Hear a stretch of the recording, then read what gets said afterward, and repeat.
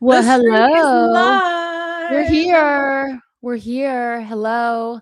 First What stream a of 2026, baby. 2026 is upon us. Yes, yes, yes. Thank God. Because Right. 2025, no thanks. New year, same unchilledness. Yeah.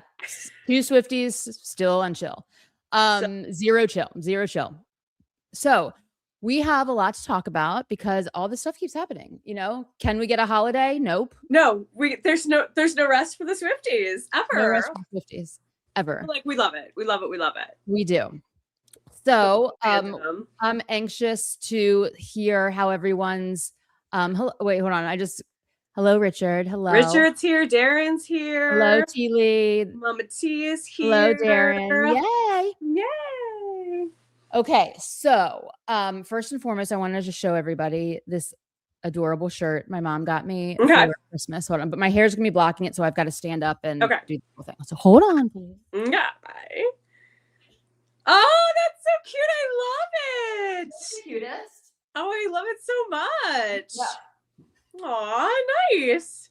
Well, I got a lot of Taylor Swift stuff for Christmas. I got like Cowboy Like Me. Yay! Hoodie. Got some tricks up my sleeve. Don't we all? My favorite things that I got. Oh, yay! Love. Isn't that beautiful? Completely love it. Completely love it. Love. Completely love. Completely love. Mm-hmm. Yay! Okay, good. So Darren's asking, what did I miss? What happened this week? What happened this week? Well, I mean, not tons, because obviously it was like the holidays and everything. But enough. I shouldn't say we, but I have not seen any real concrete information about like any holiday stuff between Taylor and Travis beyond the rumor that he got her a bread slicer. I don't know if that's confirmed. I don't know if that was on the podcast, because I know there was a podcast episode, but I haven't watched it. I haven't watched it yet either. Okay. So bread slicer obviously is perfect. Yes. I did see a little clip of it where he said, I think Jason asked him what his favorite present was. His favorite gift was, and he did say it was from Taylor, but he didn't want to say what it was because it was in conjunction with something they were keeping private. So people are assuming that has to do with the wedding, and it very well could be.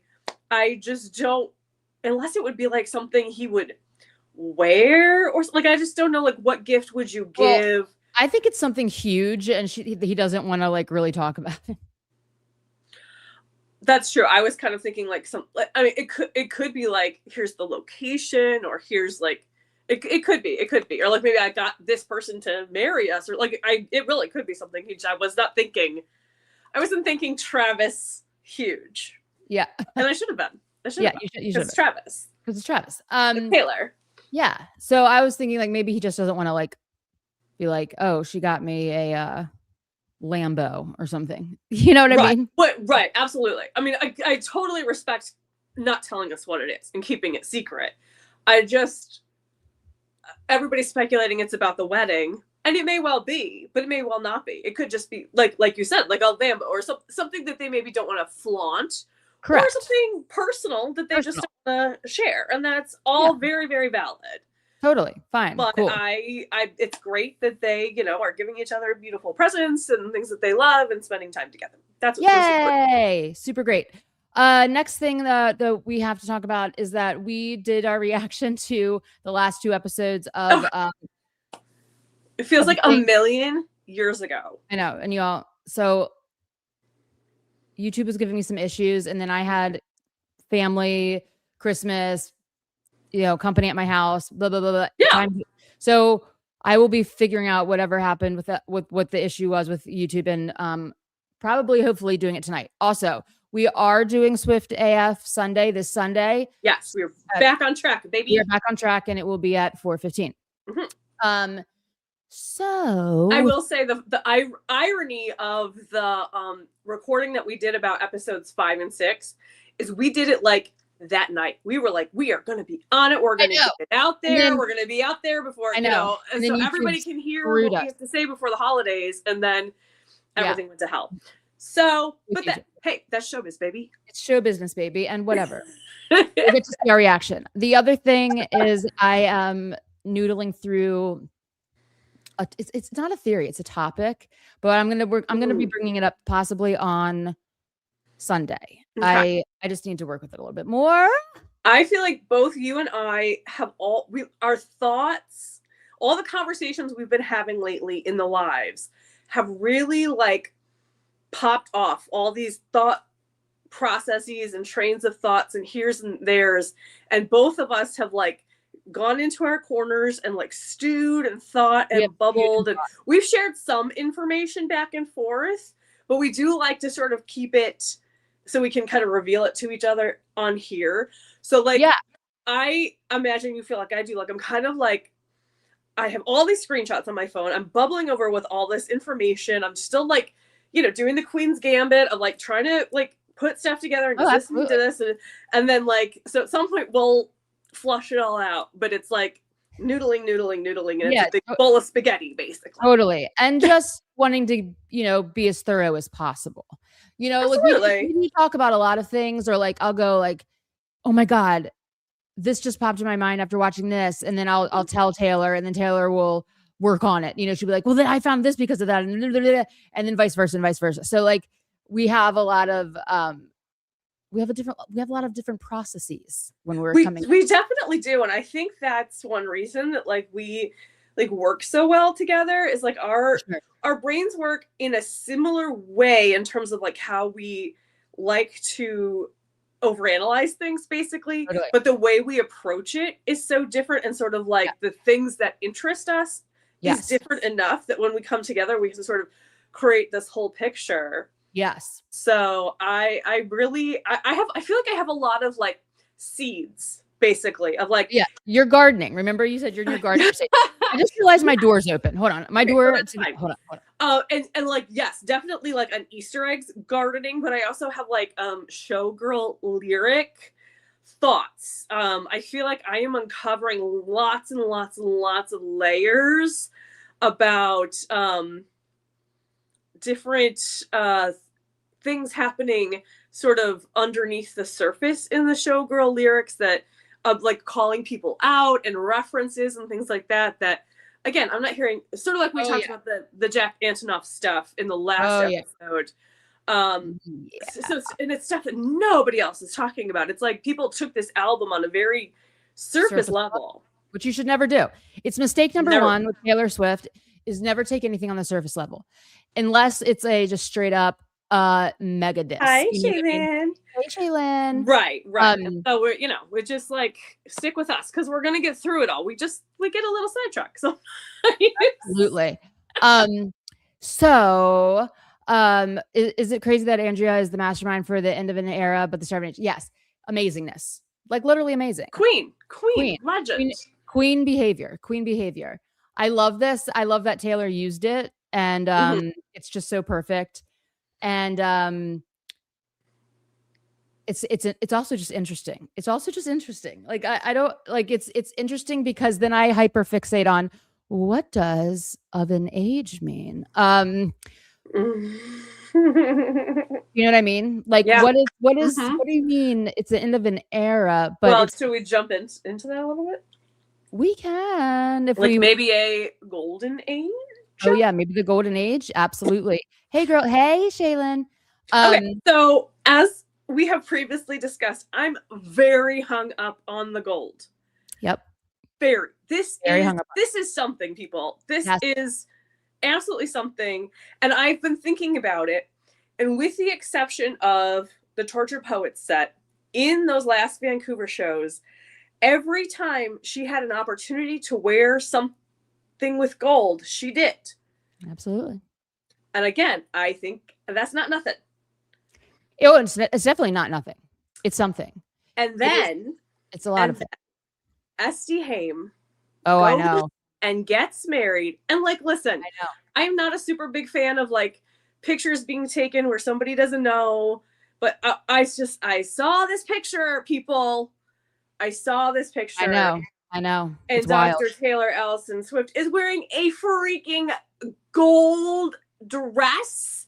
Not even gold. It's like it is. It's a mirror. It's a gold mirror ball. It looks like gold leaf, really. Yeah. It's like gold lame. It's like the brightest gold. You know what I mean? Yes. It's like, hi, I'm wearing like hello, gold. Gold that you can see from the space station, everyone. I am just wearing like when they did the tweets in the episode about the gold Rept bodysuit, and they were like, gold, gold, gold. It's like she's saying, hello, look at this. It's gold. That means something. It's gold. Pay attention. It's so yeah, I don't know. Golden age. It's something. I mean, we're just marking it in our chart. We are marking it. It's not just an aesthetic. It's not, I mean, and then she's also got like the big, I wish I could get more detail on the big necklace she wears during the lover set. Like, cause it looks like there is a coin or there's something in there. Yeah. I think what is it? It's not the diamond that she wears in the gym. I think it sort of looks to me like the Versace logo in there, like the Medusa head. Do you know what I mean? Medusa, you say? I said Medusa, yeah. Medusa snakes, yeah. Mm-hmm. Interesting. But you know that is Versace's logo. Is like the Medusa. I think I did know that somewhere deep down in my brain, but it's not like I pull it up. I do know that like during Torture Poets, that the Vivienne Westwood, I know that one because I love that one. So gorgeous that, and it's like so perfect. One. It is for that set, you know, because like the Saturn and the it's so perfect. It could also be, I think Versace also has that lion's head one also, but their main one is the Medusa head. I love this, the Swiftian age. I love that too. Or the Tayloran age. Yeah, Elizabeth was, which I would obviously love a lot. I feel like it's the legend age. You know what I mean? It's like, this is like the age that she realizes that she is she is an icon. You know what I mean? She is a legend. And she is almost mythological at this point, which I don't know. I think it's very important. I also think that I always say the word wrong, but what is the award in wish list? The Palme d'Or. Which is golden apple in French, everyone. Mm-hmm. And we know we're also obsessing on the apples. So we're also at the scissors. Like it's just. I think the apples do represent all the people that she's kind of like taking down in this era. I think she's just leaving. She's leaving nothing to the. She's cutting like with scissors. She's cutting out a lot of people out of her life. She's chopping them out. Mm-hmm. Although I agree with you, I just don't think that that's what the scissors are, because I feel like her Easter eggs are that symbolic usually. I think they do tend to be like a little bit more direct. Or she's cutting ties. I mean, I don't know what that could be. Like, I just think it could possibly be a song on the next album, maybe, or a lyric or something. And so it's like we may not know what it is. Hold on. What if it's what if it's symbology that's like Travis and I are cut from the same cloth? That would be very good. I like that a lot. Because that could be a song lyric, and you know it. Mm-hmm. That could be like literally, they are cut from gold cloth, the same golden. Oh, I love that, and I just really hope that part of this gold thing is her like reclaiming the gold from Maddie, because obviously so many of the golden references are about Maddie, as we're peeling back all those layers, because we're doing that as well, you know, as we're I feel like we're just sifting through all this stuff. So so I've got a correction. It's golden palm and not golden apple. Well, I don't know, I looked it up and it said like golden apple. I'm gonna look it up again. Okay. So maybe like reclaiming the golden, or like maybe saying their love is golden or something, like taking it away from Maddie, because he's not golden. He was like fool's gold. He was like black. Fool's gold. He was like black. Coal. Yeah, I know. Fool's gold. Oh, that's very. Right. I know. I do love that. Maybe that's a song or something. Ooh. Do you think she's going to revisit it? I don't know. I think it will continue to be sort of like on Showgirl, how it's like he's there in these little comments or these little tiny digs. Like Wood is about Travis, but in it being about Travis is also about Maddie, especially if we combine it with The Smallest Man Who Ever Lived. Like, this is clearly an insecurity of Maddie's, and she's, you know, digging in on it on a couple different levels. And just, you know, like, I thought I had it right once, twice, you know, these just little tiny little, because, and it's, I don't even know that it's necessarily like a dig, those types of things, or, you know, like, you know, other men faded and you bloom. It's just, that's what it is. It's just the part of her life. It's part of her story. It's just facts. Yeah, exactly. So I don't know, but I kind of am in love with the idea of, like, not even just Maddie, but like all these other relationships being fool's gold. In it's almost like transvecting the opalite and the opal, in a sense, you know? Totally. Absolutely. Without question. It works on so many levels. I stand corrected. It is Golden Palm, and I don't know why. I don't know what I was looking up. That said Golden Apple. So I apologize. Well, maybe because, I mean, if apple is like poem or something, I mean, it sounds like it's very close, so. Yeah, but I looked at, I don't know. It was probably a typo because I can't spell. So anyway, I think she got him a yacht so they can keep it 100 on the sea. Yeah, okay. So we talked. It's called like keeping it 100 or something. Yeah. Oh, absolutely. Keep it 100. Yeah. We were talking about this because of that picture from them from, I guess, like last winter when they're wearing that captain's, like one says first mate and one says captain. I haven't seen that. It's in that montage. I saw your mom's comment. It's in that montage. Remember when they posted? I have seen it. Maybe. Yeah. It's like it was like the carousel pictures of that them he posted. Yeah. Mm-hmm. Okay. And it's like all of our adventures from this year or whatever. Where we kept it 100. Yeah, and there is like on the hat there appears to be like a gold. I would assume it's an anchor, a golden anchor. That's pretty common in captain hats, though. Totally. I mean, I'm not a yacht person. I'm just saying. There's captain hats another piece of my mental like picture of a captain hat has like a gold thread. Absolutely, without question. I'm just saying it's gold. I'm just pointing out. But it's gold. Like, just because it's regular doesn't mean that it's not something. Yeah. How's that for a coherent statement? Yeah. I mean, please quote me on that, everyone. Just because it's regular doesn't mean it's not something. Correct. quote that.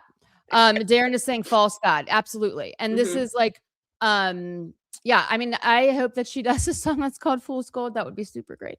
And then I hope that she does one that's like, we're cut from the same like gold cloth. I'm having some like things run through my head with golden cloths now. And I'm just going to have to make a note of it because I'm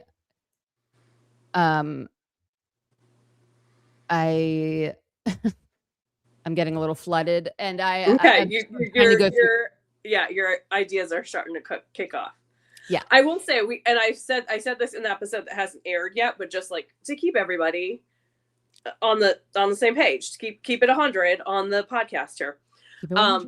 In terms of the scissor tracking, I have found scissors in all of the episodes except for episode 5. And that does not mean there's no scissors in episode 5. It just means I haven't seen them yet because some of them are pretty tricky to find. And I have not had a chance to like sit and rewatch it, especially because Marjorie's like that episode. Marjorie is an emotional episode. Oh my God. So, and I think I don't have my notes with me. I think of all, I'm going to have to go back and recount once I find them all, but I think my count stands at 10 scissors right now that I have spotted. And that again is like not a final count. It's seeming very realistic that we're going to get to 13 scissors, which was my hypothesis that we were going to get 13 scissors. Possibly 12, but I think 13. Wouldn't it be interesting if it is 12 though, and like each scissor represents a song off of Showgirl, and it's like cutting out something? Because like the more you listen to Showgirl, the more you realize that there's like something in every song that's like really it's a veiled, like, I'm talking to you. You know what I mean? It really is. It really, really is. And again, it's like we are just starting to scratch the surface of that. And I think I like when I listen to it now, I am questioning everything, really. Like every lyric, I have started off going, you know what? That lyric always hit me as a little weird. A little odd. Like, why did she pick that? And then I started doing a little research and I went, oh. Yeah. I think that there's a lot more. I think there's a lot more shade on this album than people think. There's so much shade on this album. Yeah. And there's a lot of also like, but I'm going to do it in this completely like artsy way where it's going to take a minute to like for people to figure it out. Mm-hmm. But also, I'm really putting it out there, even visually. Like, I don't know. I mean, like I even think the Fate of Ophelia has so much shade in it. I agree. I think it's enormous shade to Joe. I think it's enormous. I think it's so much. I don't remember when I even said this. But I just think she's telling us that living with Joe was a lot like living with Hamlet. Yeah. Well, and it doesn't help any that he's now in that movie. Mm-hmm. I mean, I just think like, come on, are we kidding? Then father figure is truly the one that I'm like, ooh, she's talking about so many people in this. I think so. She's talking about so many people. Jack being one of them. Okay, I think in Honey, she's talking about several people as well. Without question. Oh, people that we know, because it doesn't make sense. Like when you think about it, it's like Taylor's not out at bars getting like, it's like the whole song's a metaphor. Do you know what I mean? Because it's like, Taylor, you are not out at a bar with some girl like calling in you the bathroom and they're like commenting on your clothes. This is like literally not happening. You are not doing this. So okay. So speaking of Wood, my mom. Speaking of Wood, did you guys see Anderson Cooper and Andy Cohen reading the lyrics of Wood on New Year's Eve? Yes, hilarious. I honestly don't know what was funnier, Anderson giggling and trying to read it, or when he like did his like serious newsman voice. Reading it, both were absolutely hysterical to me. And I didn't watch it when it was airing, but my friend sent it to me the next day. And again, I just love that like I have friends that are like, you like Taylor Swift, you're gonna like this, you know. So yeah, it's super funny. Okay, so yeah, it was I loved that they did that. Gracie said the thing all of us would say she would pick writing a song with Taylor Swift instead of $8 trillion. Yeah, no kidding. Like, and she did. And she like dreams come true. Right. Although Gracie, like, she has a lot of money in her family, so it might be a little bit of an easier decision for her, but still. I think $8 trillion. I mean, still it's $8 trillion. I would still pick a songwriting session with Taylor Swift. Definitely. Absolutely. Without question. Okay, so can we talk about how she didn't put Jack Antonoff in the London shows? Let's talk about it, because I didn't even. It's like it didn't occur to me, but like every other special guest in London is in the docuseries, are they not? I mean, I don't know if everyone is, but like that's a huge one to take out, especially with the lore and like the world building with the video, you know, with the behind the scenes of making Getaway Car. Like that's a huge part of like the Swiftie verse. And it was a big conversation. Yeah. Big conversation. Yeah. So like, you know, you would think that moment would be in there. Although I will say she also did not put in Florence being at the Florida show. Yeah, I feel like it did show like for a second, like them rehearsing it in Miami, but they didn't say anything about it. They didn't say like that Florence was there. Interesting. Yeah. They kind of made it like if you didn't know, they made it seem like Florida just became a permanent part. Right. And it did not. It wasn't. And Florence did sing it with her. I was there. I'm like, am I having some sort of like, I don't know. I know that she was there. I witnessed her with my own eyes. So like, why am I second guessing this?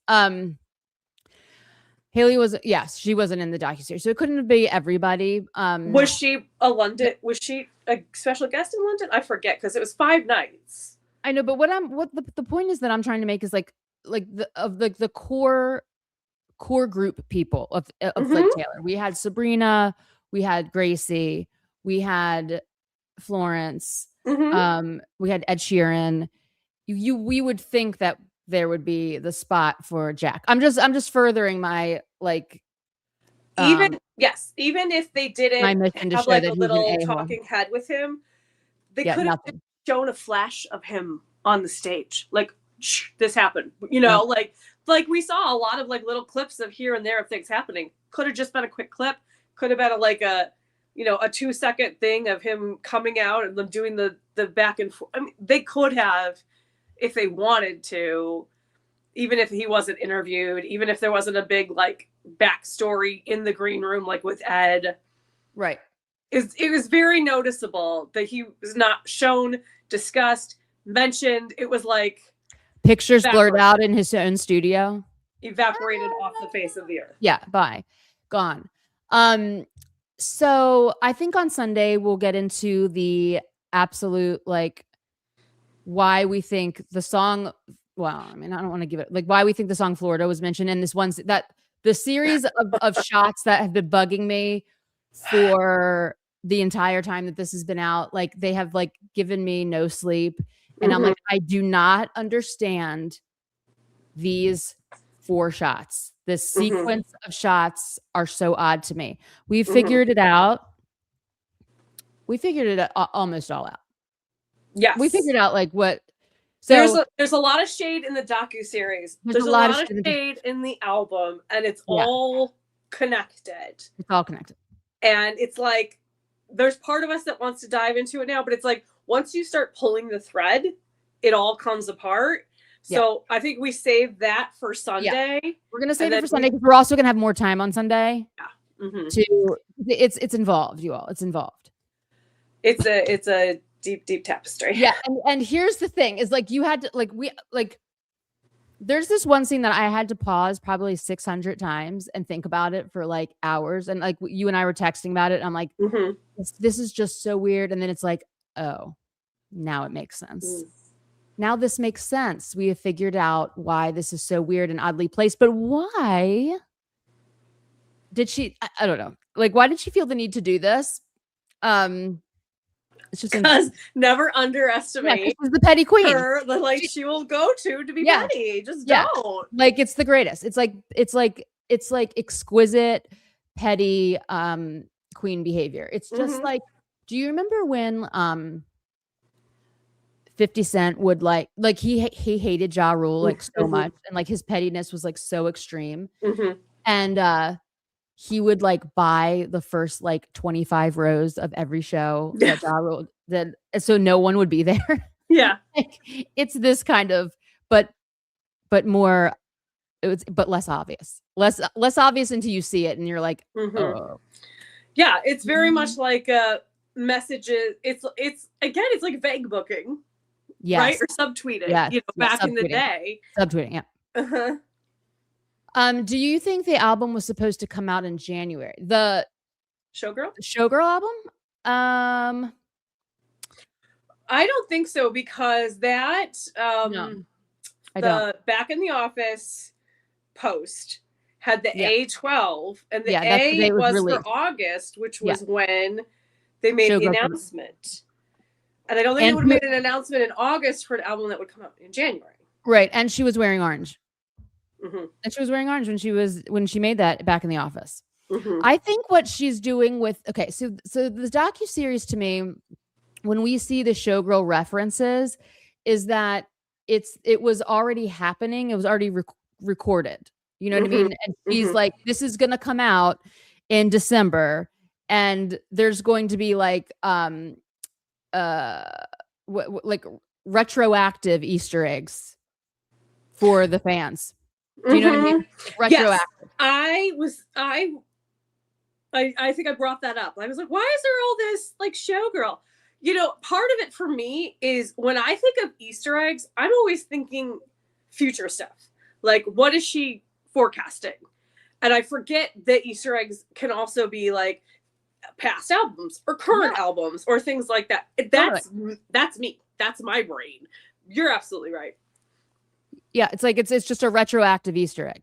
Like, hey guys, I was recording this, and you're already going to know about the album and listen to it and love it, and it's going to be the #1 album of all time by the time you watch this docuseries. But I just want you to know that I've put these in here for you, even, you know, for you to enjoy in December.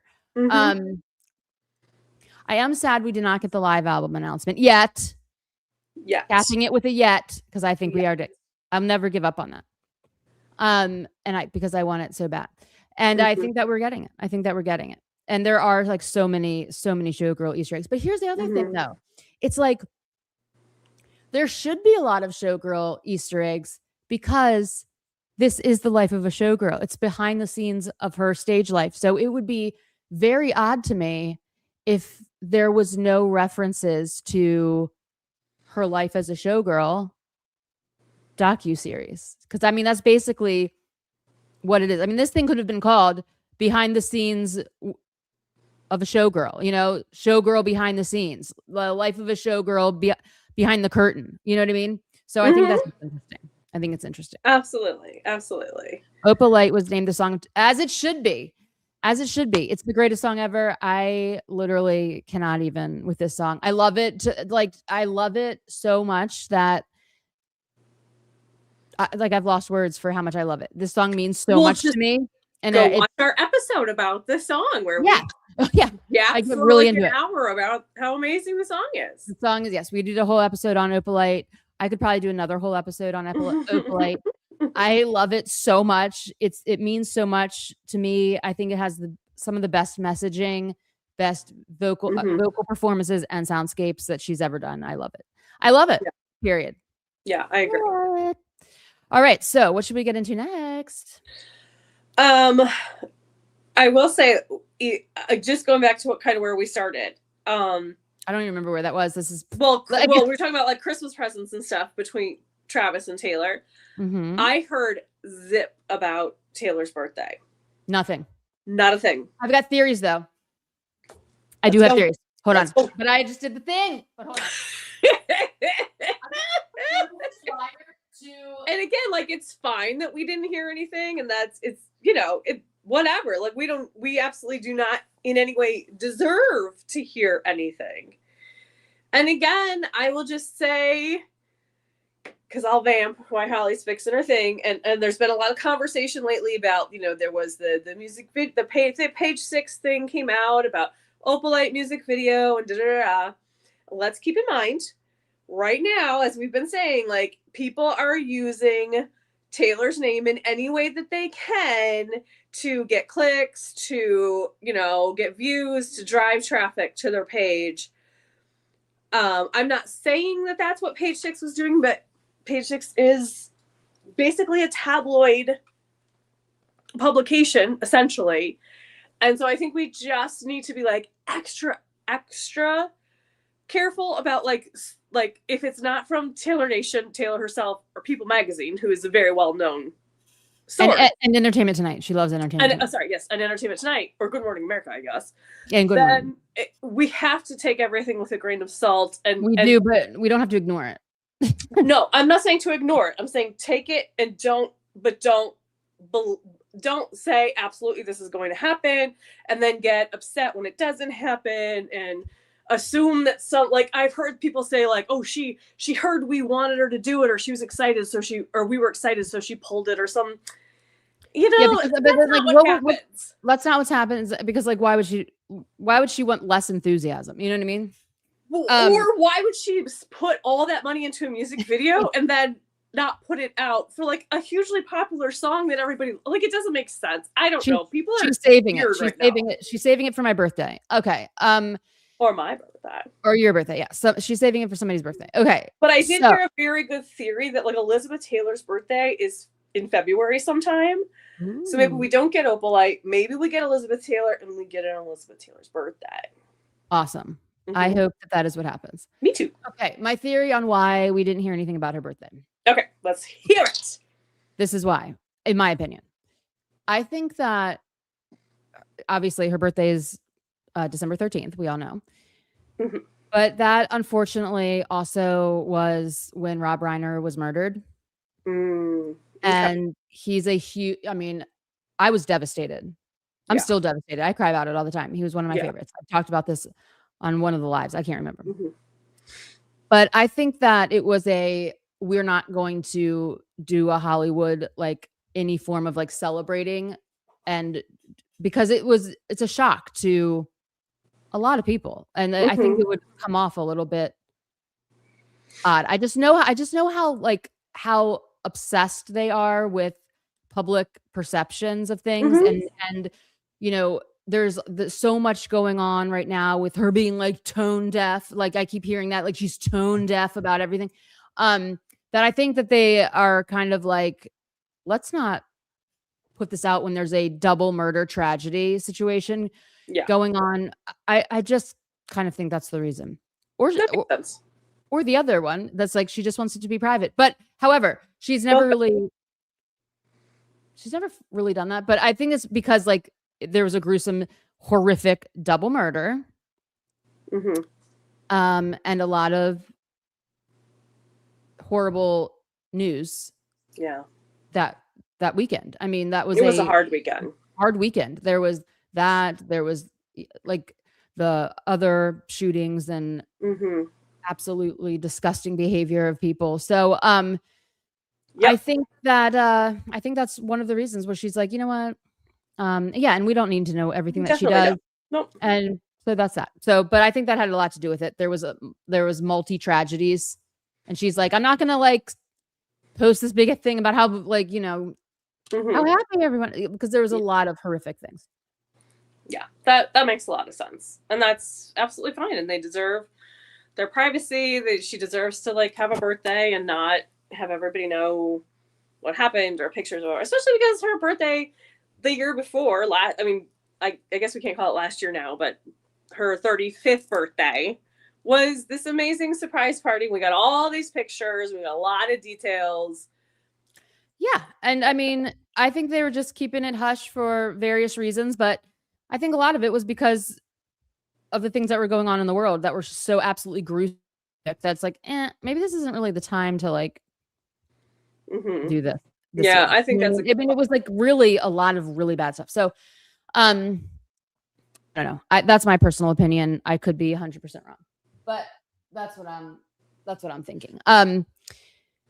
So anyway, hold on. What did Darren just said? I hope Travis doesn't retire. Now, this is going to be interesting right here. Okay, yeah. so That is definitely another thing that happened. It yeah, says last time we were live is they yes, are out of the they're running. not going to be in the playoffs. They're done. Their season's done. Mhm. Patrick Mahomes, major injury. Major, yeah. Major injury. Horrible. I hope he's recovering. Mm-hmm. But his season's like next season, I don't know. Like I'm not a sports like expert by any sort, but Right. I'm pretty sure that the ACL and what was it, the LML or something. It's like he like two things tore. So I don't really know. Will Travis retire? I don't know. Part of me is like, I don't think Taylor wants him to retire. Yeah. Well, I don't think Taylor wants him to retire unless he wants to retire, and then Yeah, obviously, unless he like wants to retire. she would support that, right? I think she wants him to Be do the thing, safe.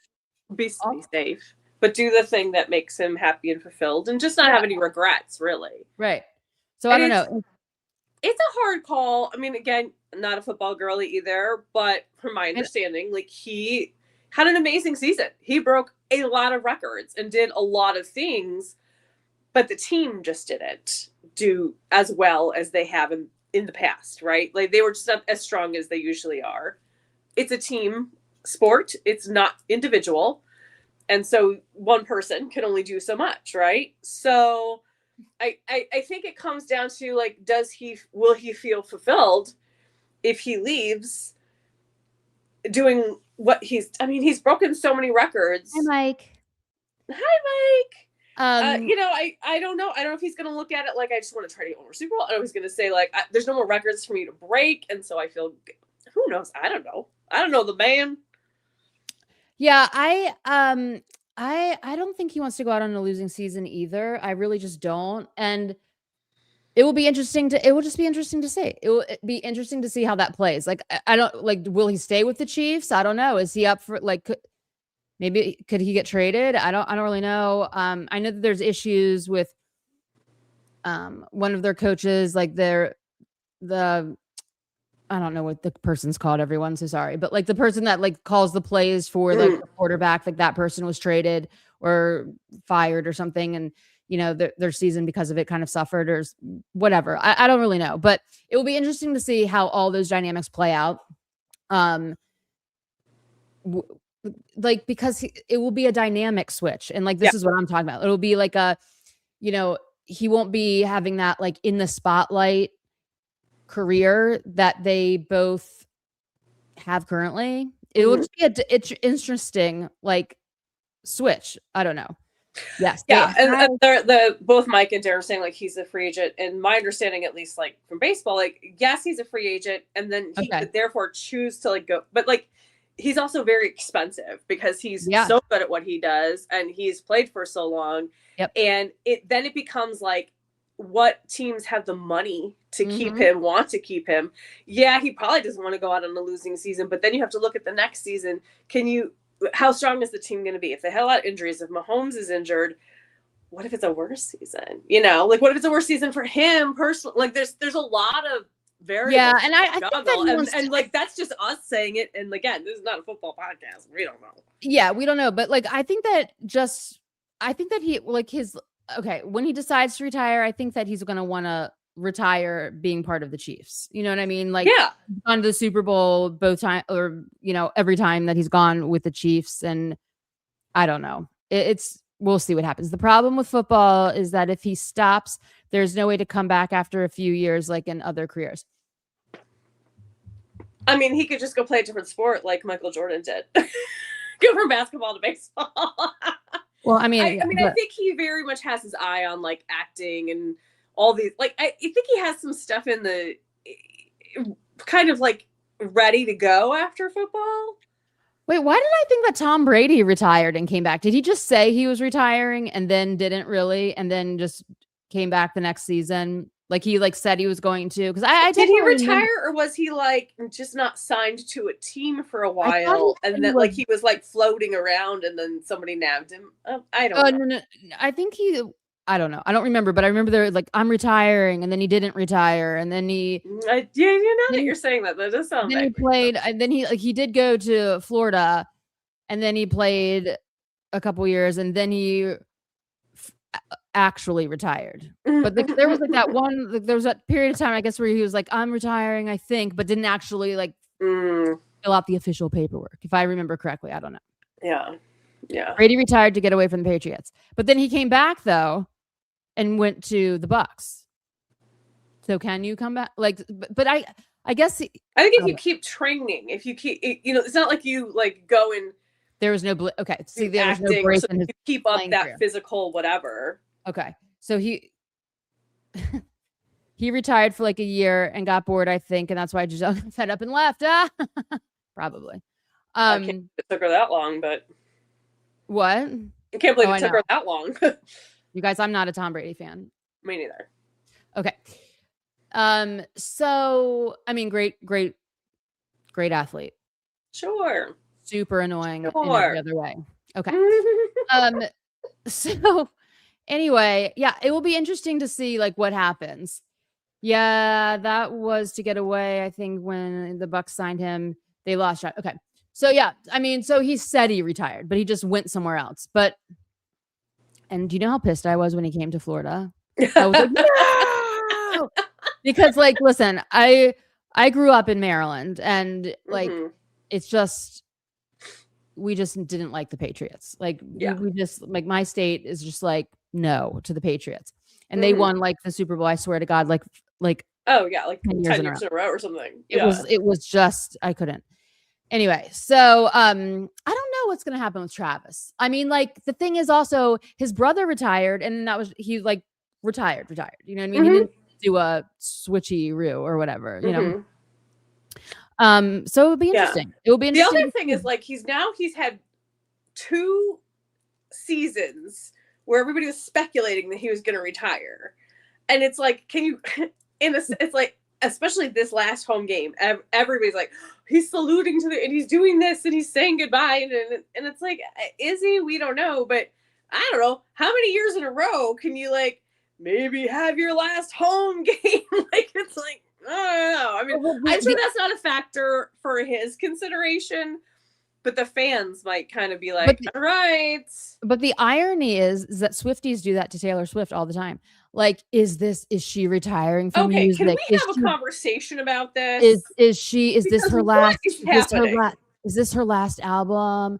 Like, we've been doing it for years. You know what I mean? And she's like, well, everyone, I'm never retiring. Like, I don't know how many times I have to say that. I'm just like, never retiring. Because now it's happening with Harry Styles. Because, you know, Harry came out with a YouTube video. I'm not like I like his music, but I don't like follow him like social media, all this, right?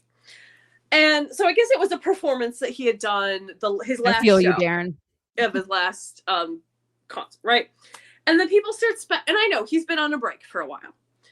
And then people start speculating that he's retiring. And I just don't understand. And we've been seeing this fervently with the Swifties, especially. I mean, yes, you're right, over time. But like Showgirl, everybody so annoying. Out. Like, she trips over a bucket in that Target ad, and people are literally thinking like, she kicked the bucket and that means she's gonna retire. Like, everyone go touch grass. Everyone go touch grass. That's not how she's going to tell us. She's going to. And by the way, kicking the bucket is not retiring. Like, that's so it's dark. Dying. You know what I mean? It's literally dying. Here's what I don't understand. This is your favorite, right? You're a fan. You love this person. Right. Why are you checking so hard for signs that they're going to retire? I think it's fear-based. It's like they want it. No, I think it's total fear-based. I think it's like a true, like, deep fear-based. Like they have to know if it's happening because they have to like really prepare to get a grip for it. But like, here's the thing: is that they clearly don't have a grip.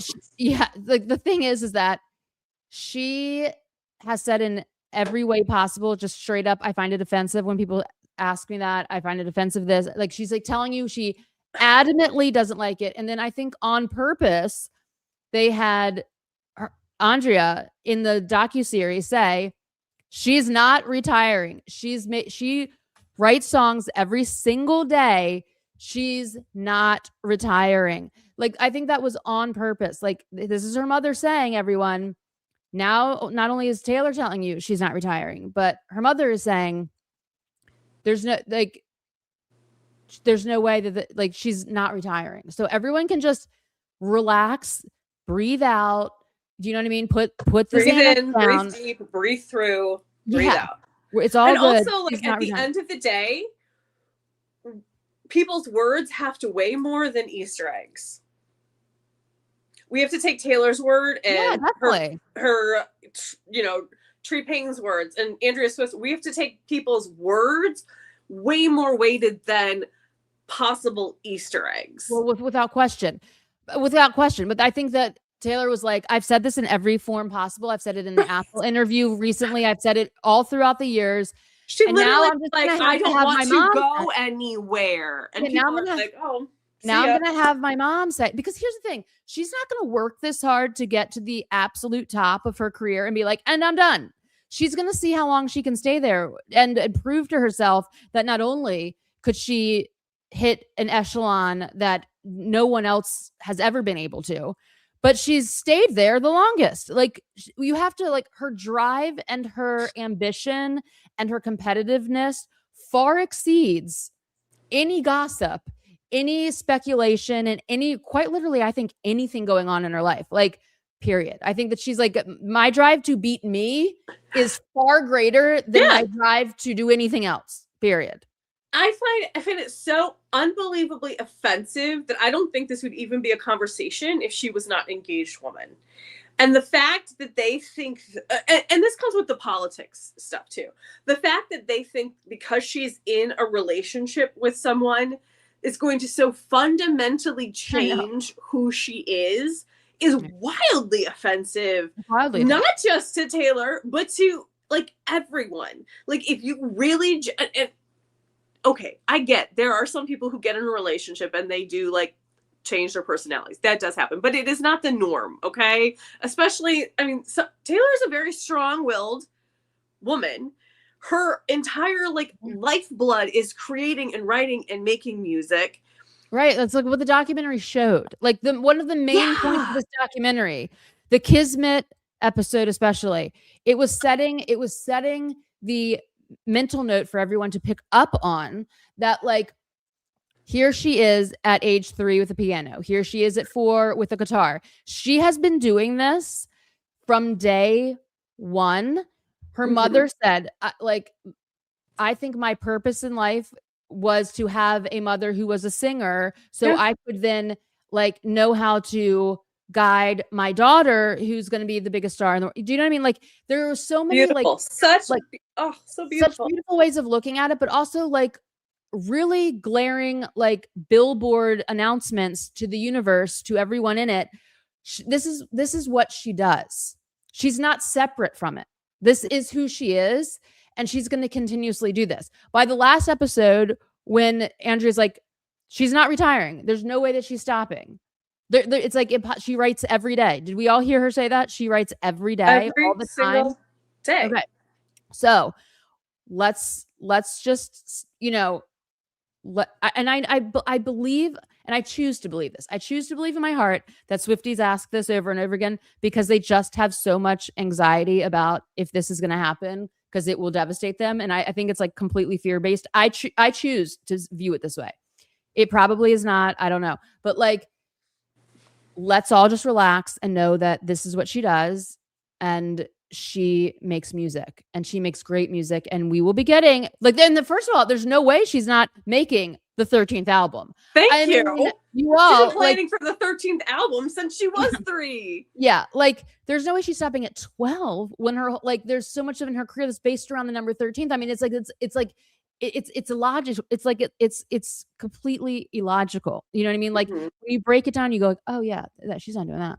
She's not doing that. And then she's not going to stop at 13 because she's going to be like, well, I can make 13. I can make 14. If I can make 14, I can make 15. Well, I mean, and this, it's like she's gonna be like Cher, like she's gonna be in her 70s and 80s, like performing, like because it is without question. Also, I took from, and I already knew this, but from the docuseries, like it was very clear of her saying, like, my mom gave up this, my dad gave up this, my brother gave up so much, my whole family gave all these things up, and you think I'm just gonna like walk away?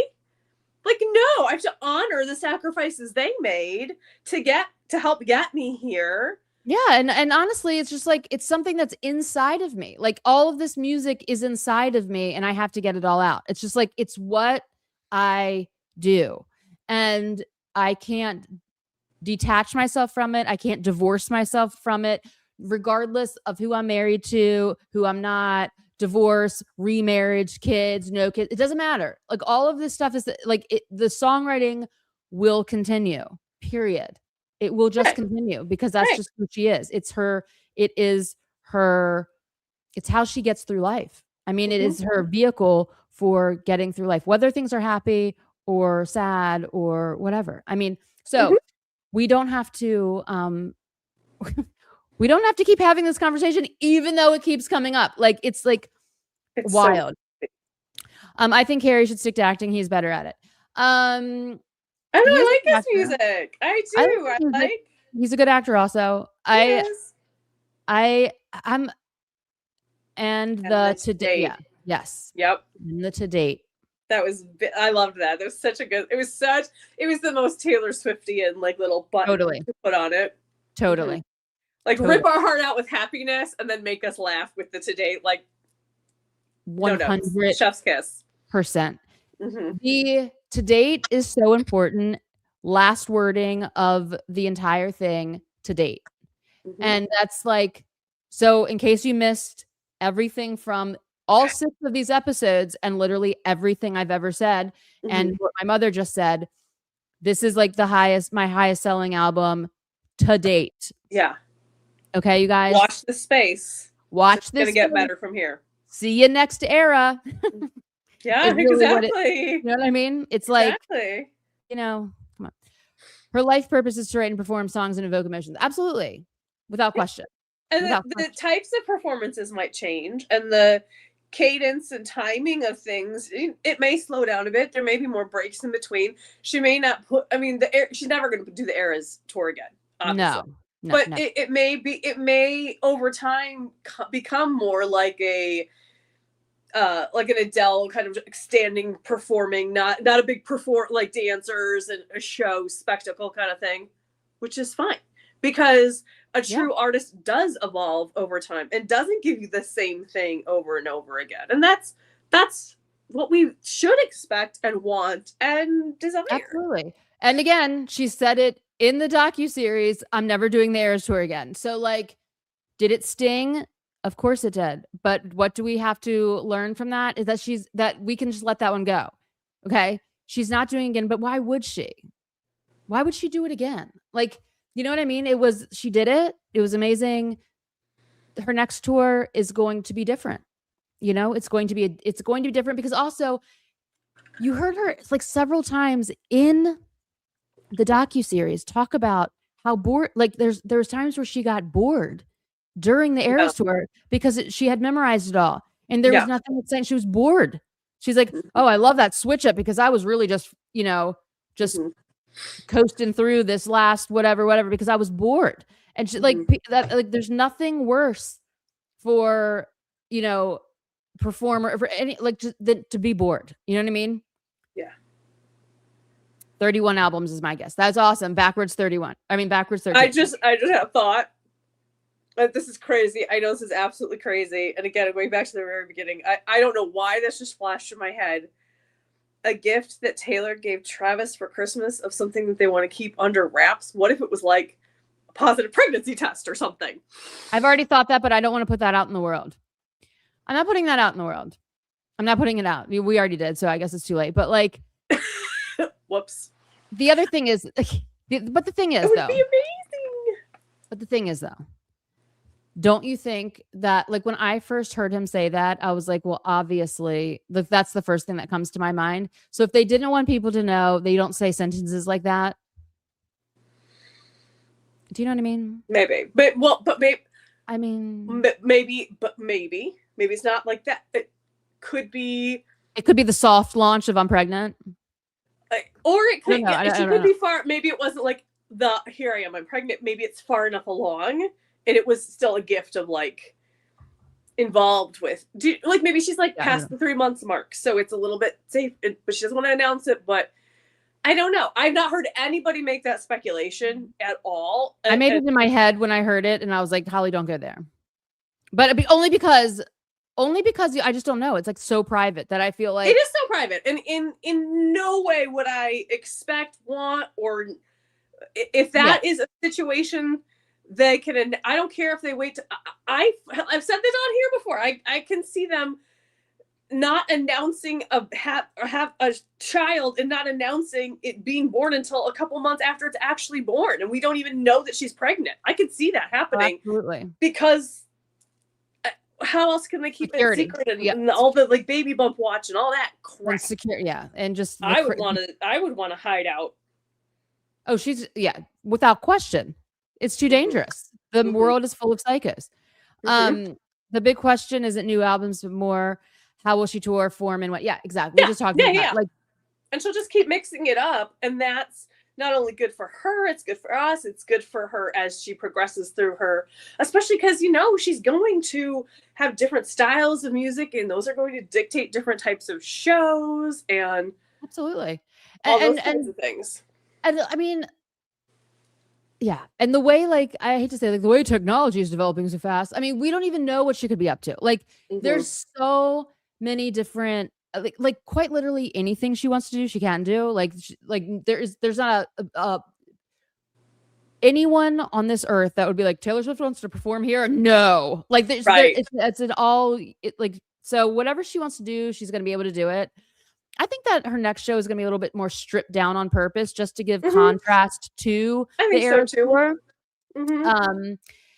But I feel like it's going to be in like a regal kind of way. Like I'm thinking of like a Judy Garland type of. You remember when she did like torch song kind of. Yeah, like, and just like very like, I don't know, just like a royal performances, you know, just very like, I'm a legend and I'm performing and I don't need any of this. It's just me on a stage, boom, piano, guitar, and I'm gonna rock your world. I never thought marriage would slow down Taylor's output, but children is a whole different beast when it comes to working. And welcome, Jason. I don't think that we've seen welcome, you Jason, in the comment section anyway before. So welcome. Thank you for joining us. Many lovely sweet men. I love it. It is a whole new beast, but wouldn't it be nuts if like TS13 was like the Lullaby album? I don't know. I've heard people say, I think if she makes a Lullaby album, I don't think it would be considered TS13. No, absolutely not. It's going to be in like the holiday collection type of album. Yeah. But and like, let's be honest, she's going to have as much help as she needs. Yes. But like, I think she's also going to want to be an incredibly hands-on. Absolutely. But if you parents listen, as a person who no, I don't have kids of my own, but I am a nanny. So I understand a lot of the effort that it takes to like travel. And yes, babies, a lot of paraphernalia, all kind of stuff. Although when you have a lot of money, you can buy duplicates of things and that doesn't make it easier. Traveling with cats is probably harder than traveling with babies, only because cats they like to be in like their home. They're like familiar place. They don't like to go to new places. And I know that's maybe a wild statement to say, but 3 cats and traveling with 3 cats, I think it's harder. No, it's crazy. And she has a whole team for her cats.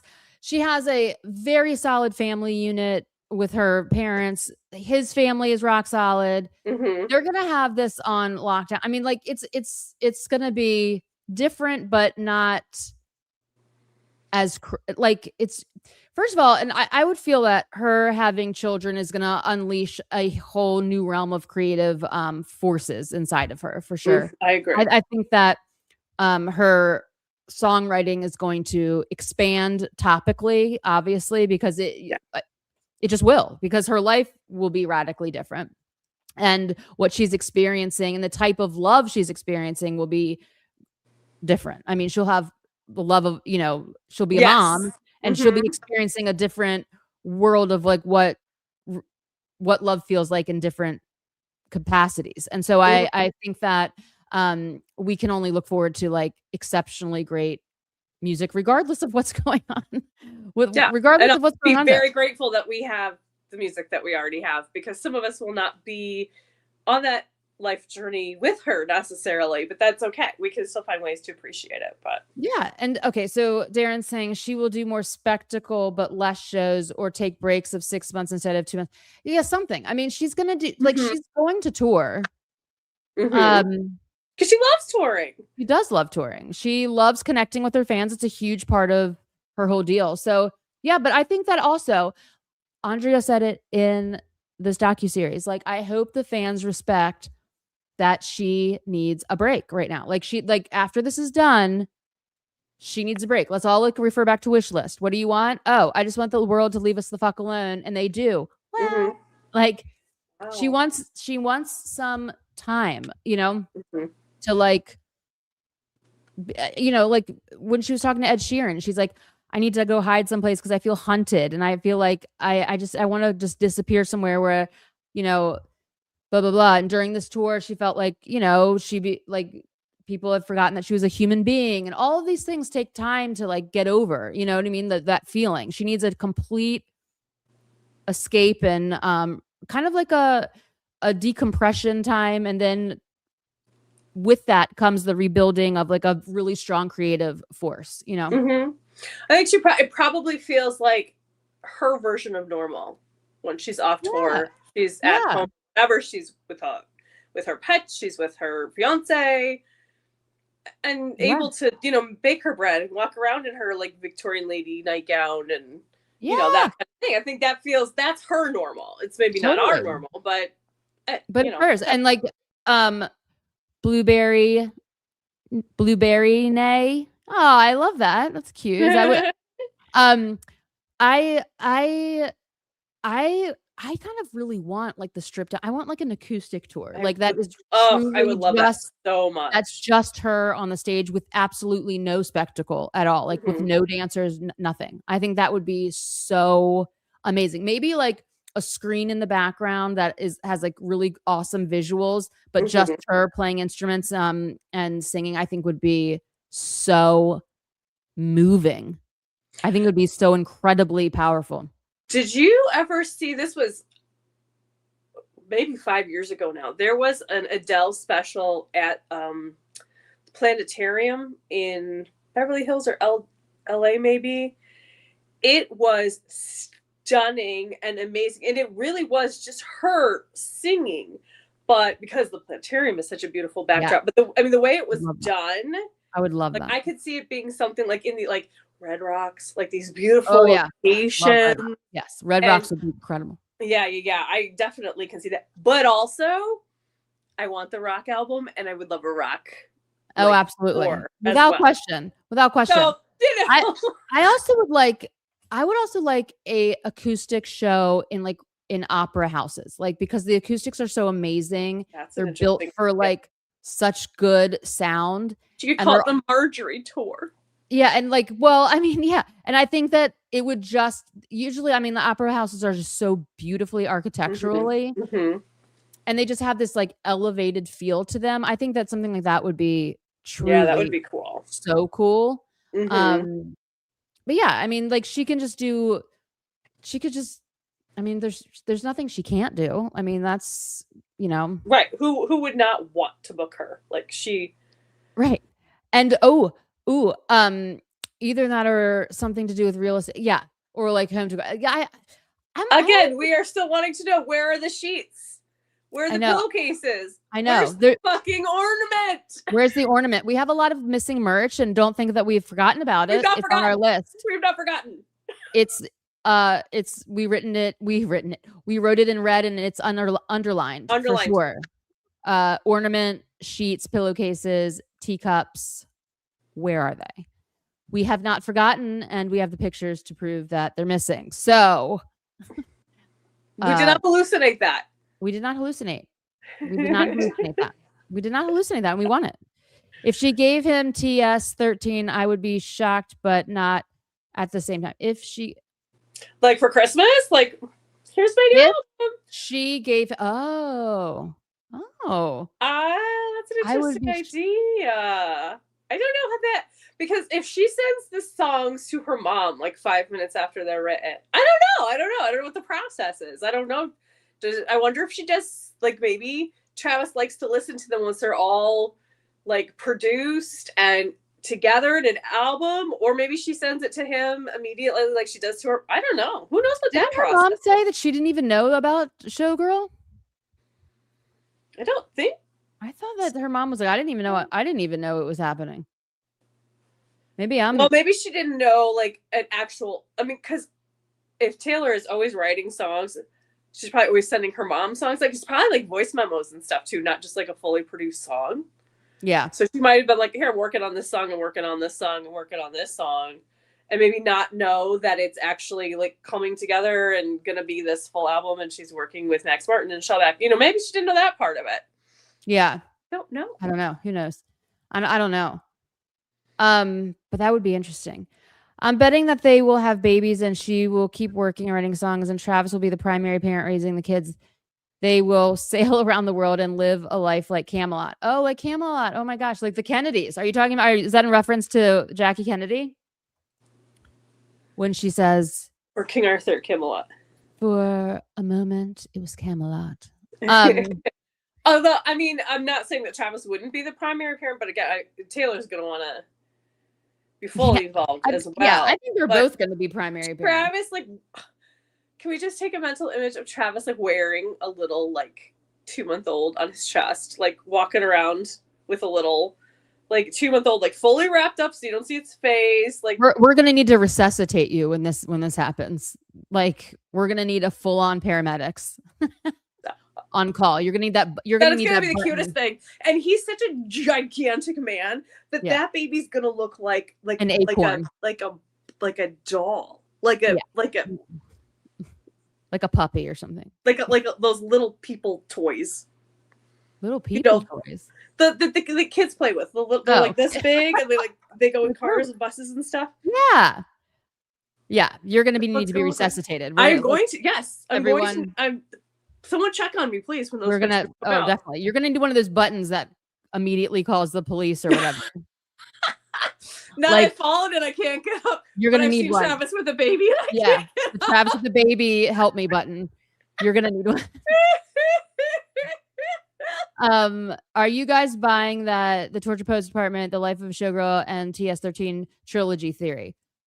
I've seen this theory. Well, I would have to hear the TS13 to be able to answer that. I have heard, I haven't heard the theory in like a couple months. So I'm not like super fresh on what it was, but I remember when I heard it, I was like, that didn't feel right to me. No, actually, I do believe this. Hold on. I do believe this has a possibility of being true, because let me tell you why. Okay.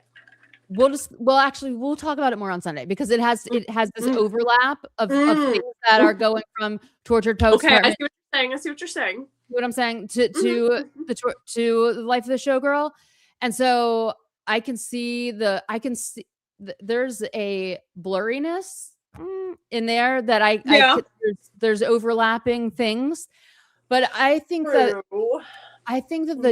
the next album, I don't know though, because I kind of feel like The Life of the Showgirl picks up and talks about the Tortured Poets Department, but it also puts a big stamp on, and that's over, everyone. Yeah. We're done.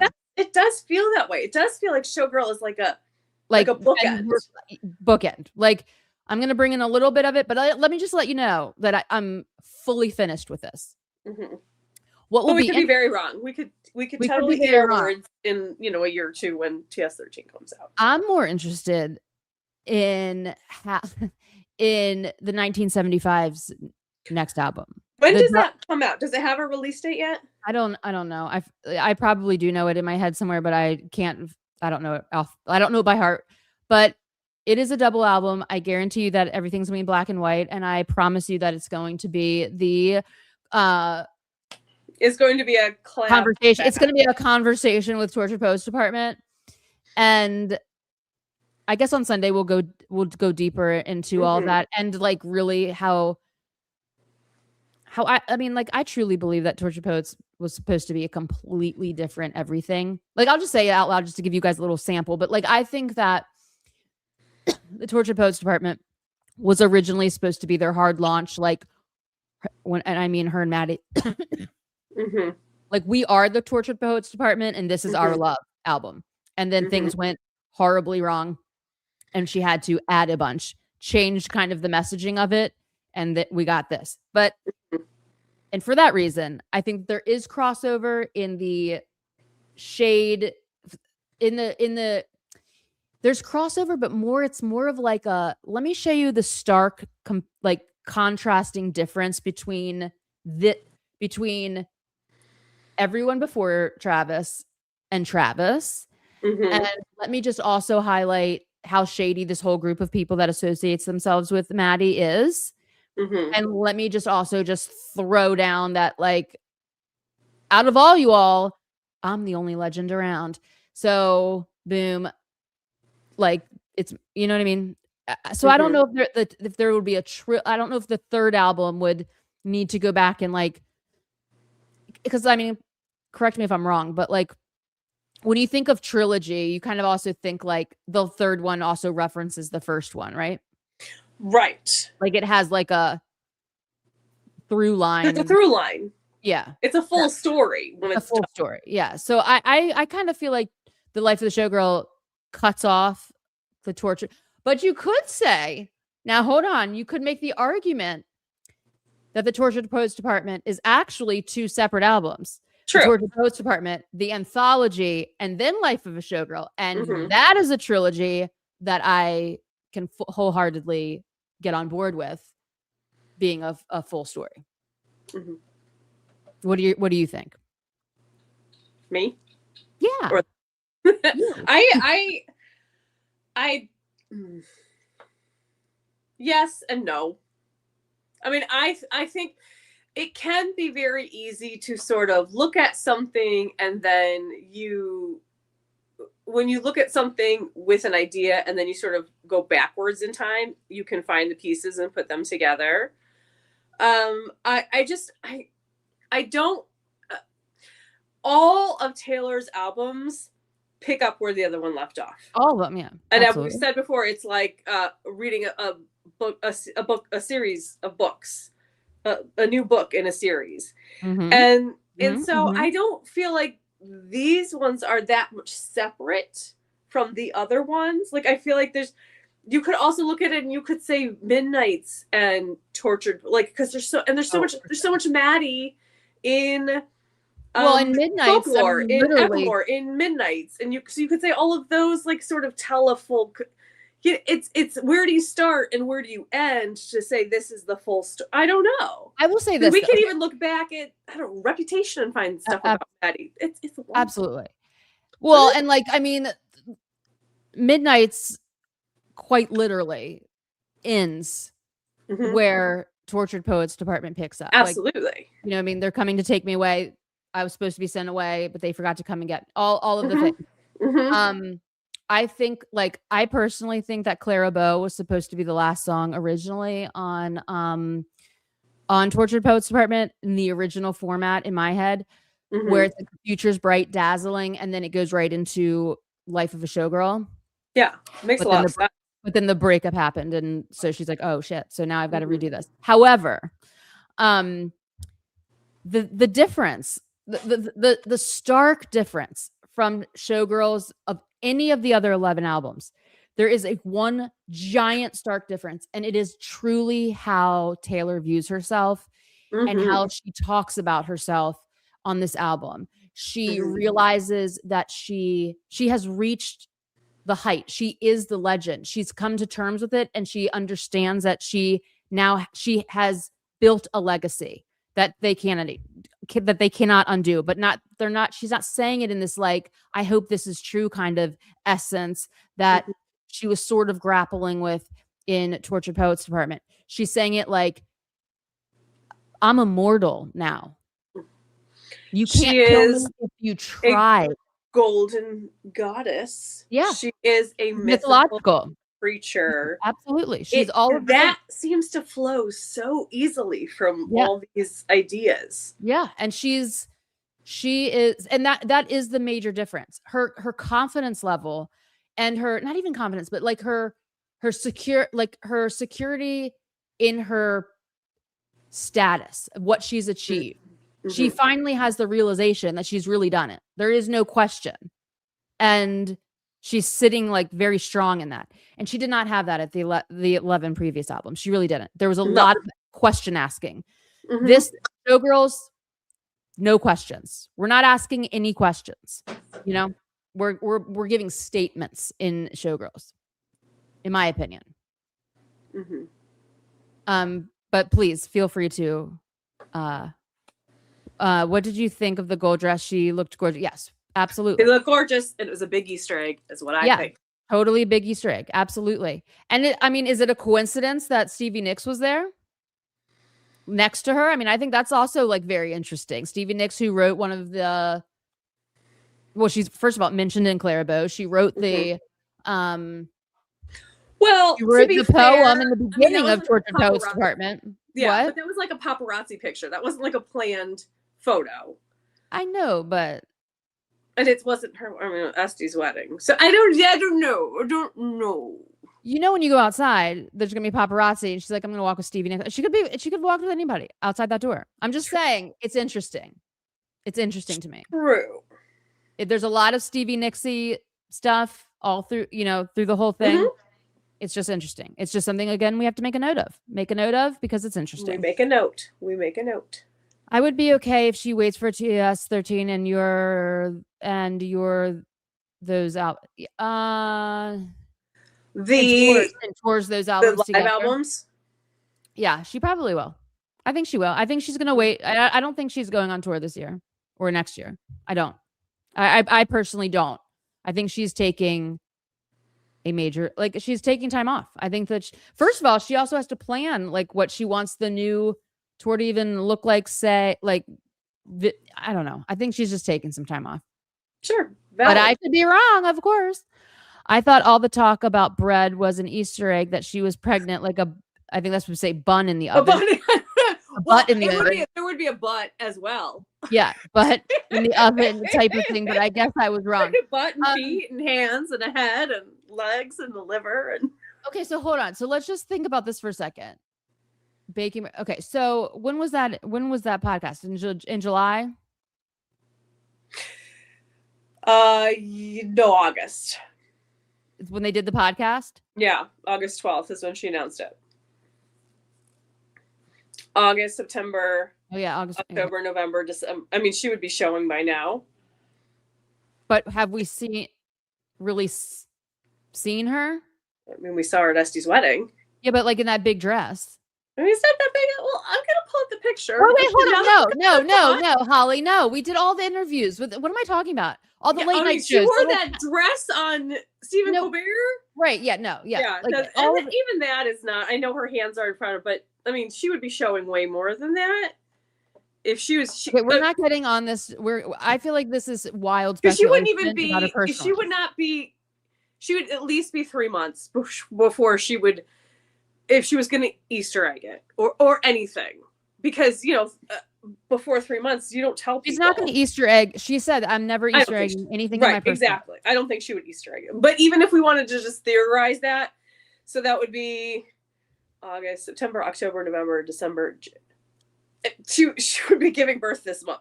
So okay, so we're not even right at the 3 month mark that podcast was. Yeah, we're not doing that.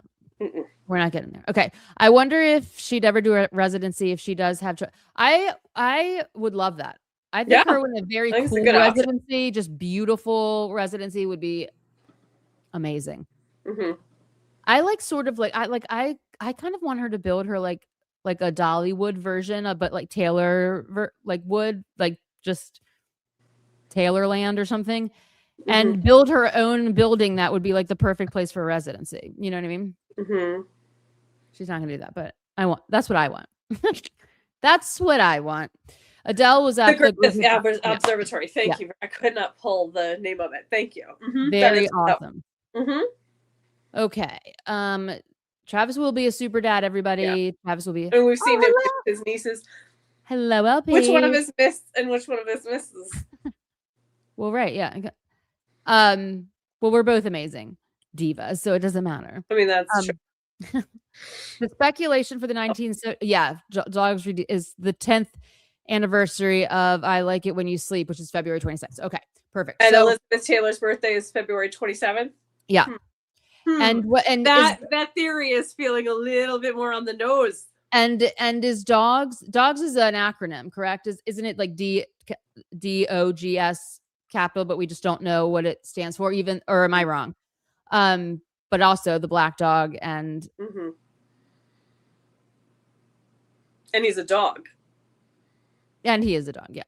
So and right, because he's also like a tattooed golden retriever, correct? Yeah. That is, oh boy. Well, okay, because the 27th is a Friday. Right, which makes sense. The 26th, would they put it out on the 26th? It's a Thursday. Maybe they don't care about if it's a Thursday or Friday, or maybe it'll be midnight, and so it technically is on the 27th. But it is looking more and more likely that we may get the Elizabeth Taylor music video on the 27th for that reason, and also because it's Elizabeth Taylor's birthday. Well, and it would also give the 1975 zero traction in the media. Exactly, that's what I'm saying. Yeah, if she Katy Perry's him, I will be amazed. She did this exact same shit with Katy Perry, and it works beautifully. So let's all manifest this happening. Which I've been thinking about that watching the docuseries, because that the story with the Katy Perry thing, which never really rang very true anyway, was she stole my dancers, right? Oh, no, that's not. Yeah, that's not true. I mean, of course, it's not true. But even if you thought there was a speck of truth to it, and that it didn't have anything to do with John Mayer, which it absolutely did, I don't even think that's the reason. Oh, I don't know that was the full reason, but I think that was a big conversation that happened between the two of them. Mm-hmm. But you cannot watch that docuseries and tell me that Katy Perry could steal dancers from Taylor Swift. I don't think if you are Taylor Swift's dancers and you are treated better than you have been treated ever before in your career in the industry, that you get stolen by anyone. This was before all of those dancers. I understand that, but she's always treated her dancers that way. Yeah, without question. And some of the dancers did leave to go to the Katy Perry side. It's very sketchy, but I think that not sketchy of the dancers. I'm saying the story. The story is very sketchy in general. Which is fine. We don't need to know. Yeah, we'll get into it later, but like I truly believe it was one of those. I believe that I believe that specific Katy Perry thing was a Taylor takedown. Was a Taylor takedown. Yeah, but you don't think it was like because it was around the time that Katy was with John Mayer. You don't think Taylor was like trying to tell her, like, listen, this is what I know about John Mayer, and Katy was like, no, it's because Katy Perry was a better performing, like sales wise, better performing artist at the time than Taylor was, and Taylor was over it and took her down. And that is truly my speculation. She wanted to knock her down a few pegs and achieve. She wanted to take her spot, and she did it. I mean, she without question did it, and she has never. Katy Perry's career has never recovered from that. Never. Well, no, because it was well, we won't go down that road, but but I think like Bad Blood. I think there were others. I don't know. There was things, but and then oh my god, Taylor was like, strategically, I'm taking this one down because I need to. I'm gonna and she did. She did. Right. I agree. But I think, as with many things with Taylor, I think it becomes multifactored in terms of, yes, there's the business side of it, but the personal side of it is big as well. And it's like, I could have, should have, and it's like, even if you're just like an acquaintance with someone, and you go to them and you say, like, this is my experience with this person, and I don't want you to have that experience or whatever, like. That is something that can ruin even very loose friendships or very good friendships even, Yeah.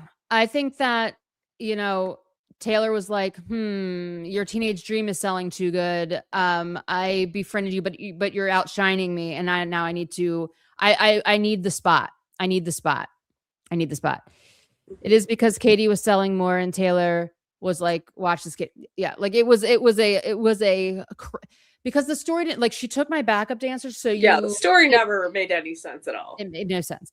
I'm sure it had to do with John Mayer in a way. How could it not? You know what I mean? But I think it had to do with like, I want to be where you are, and I need to create a whole thing. I think a lot of times with Taylor, like, things become a bit of a snowball situation where somebody, like, we're friends, we get along, whatever, everybody's on the same page. And then somebody, because she is who she is, people have so much jealousy over her. And so they say something, they do something rubs her the wrong way for whatever reason.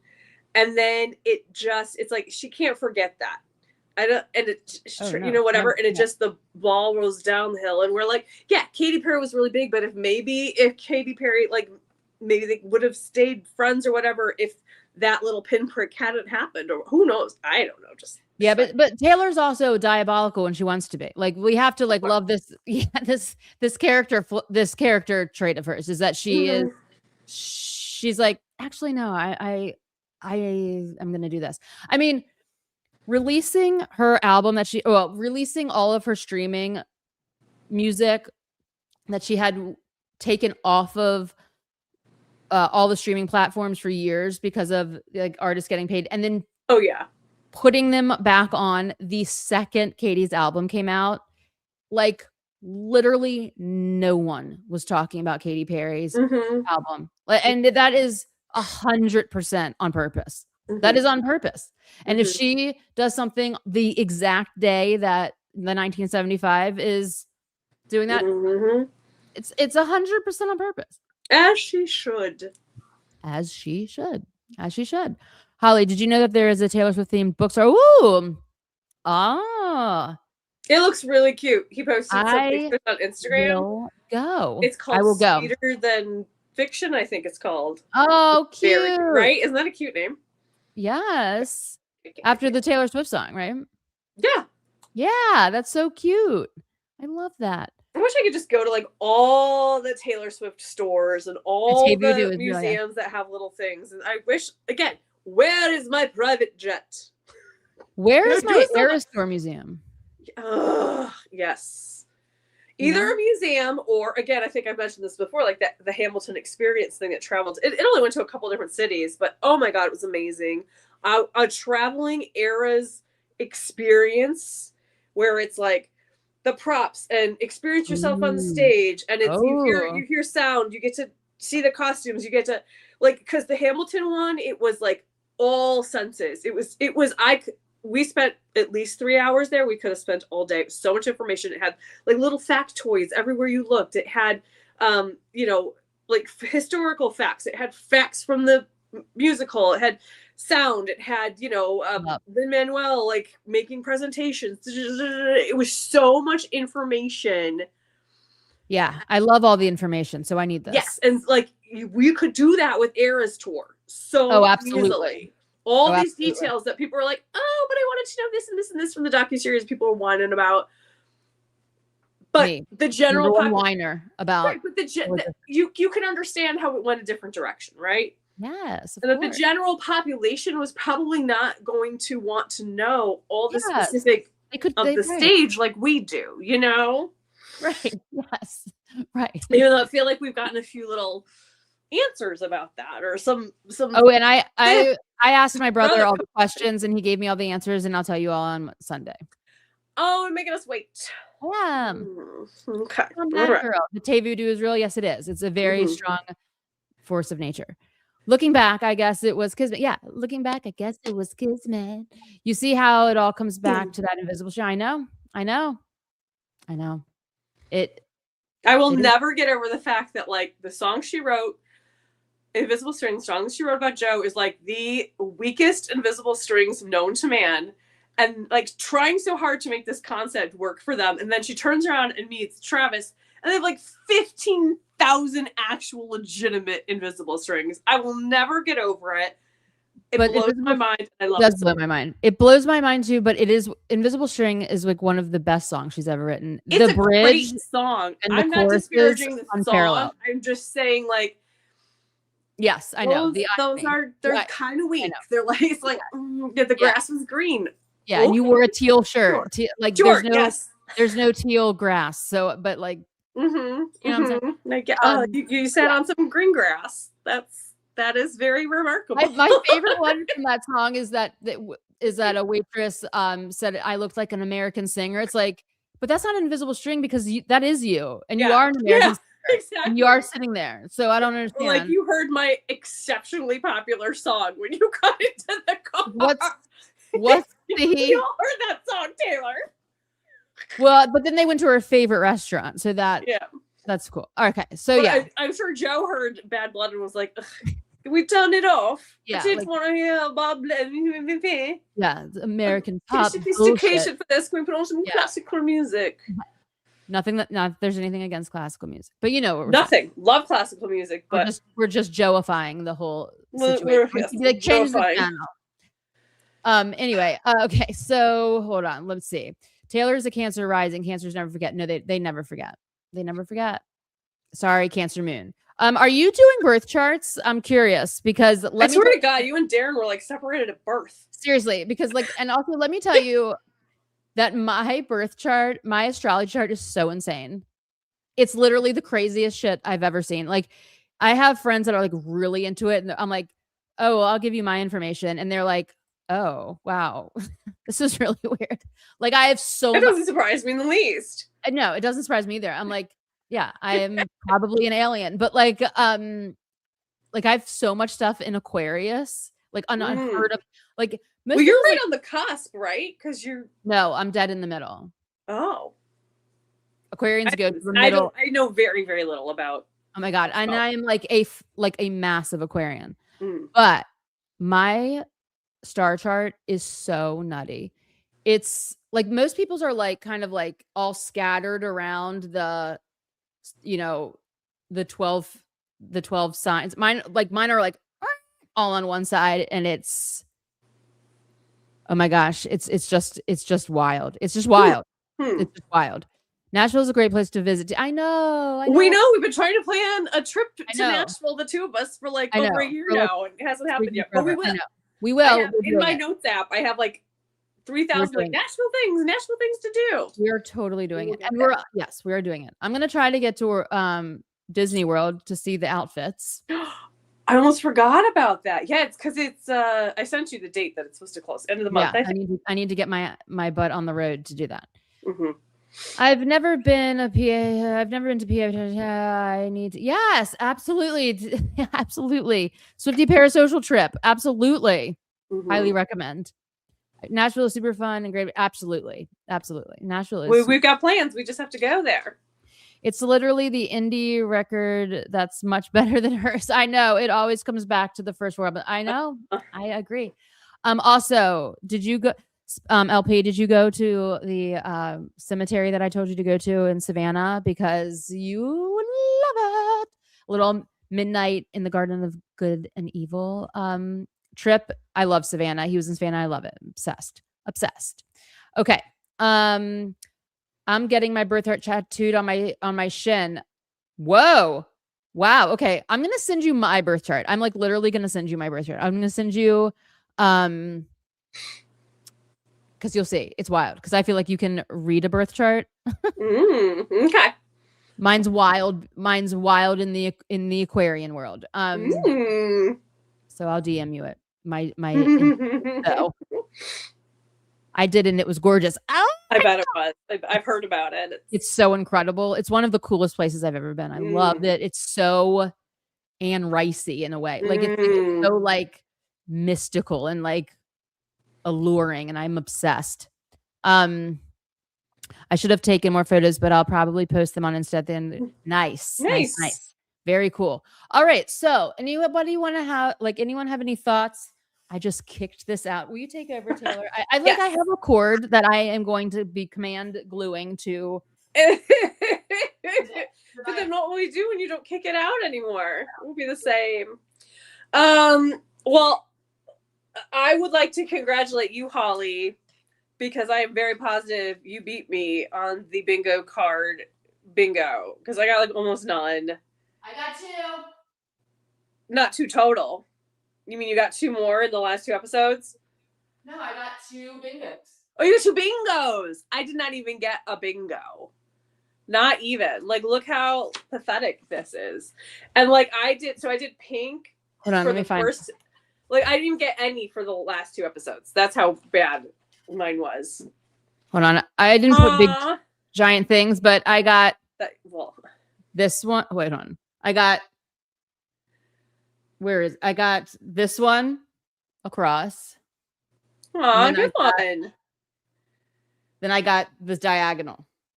Ooh, good job. Bracelet cheeks for you. Yay! Woohoo! So if you want, I will make you a little trophy. Awesome. I do want it.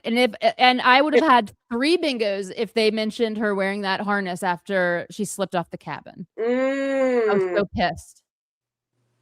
Man. I know.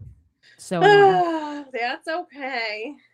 I was feeling the whimsy in the dead people on. Yes, it's very whimsy. It's mystical and awesome. Cemetery. I need to rewatch episodes 5 and 6. I forgot so much. Well, I am as soon as this live stream is done, I'm going to go on YouTube and see what is going on with our episode. Because it's just been obviously like holiday craziness. Yeah. So, is there anything else that you guys want us to talk about? Any things that we didn't talk about that I feel like we're missing something big. Major? So, I know. Like, I think we are. What are we missing? Like, I feel like there was something else big that we have a lot planned for Sunday's episode. We do, but I feel like there's something like that happened that like people are like, whoa! But it's like there's been so much with like the holidays, the New Year, and I can't. I know. I've kind of been I don't know. But I don't know though. I think we've covered a lot of the bases here. We did cover a lot. And I just have to say, like, we've had so many like new commenters, and I don't know they're new viewers, but they're new commenters, and which we love. Welcome. Thank you for contributing and joining us, and it's amazing. We love it. Being a part of our awesome community. We love you all. Make sure that you subscribe, because sometimes we just randomly will do a live like we did tonight, and if you subscribe, then you get the notification.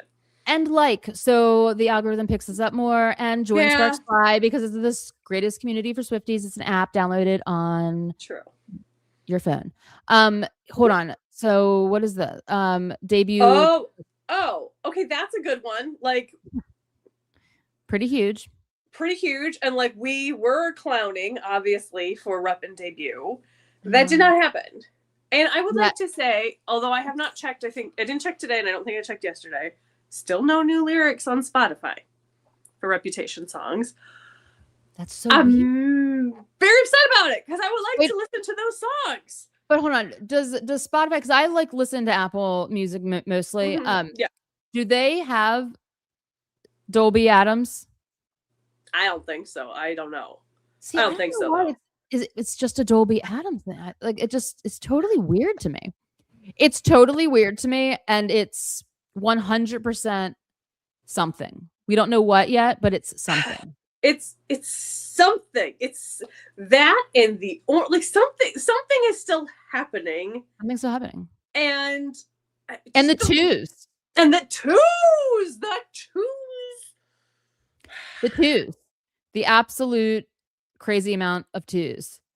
We need to.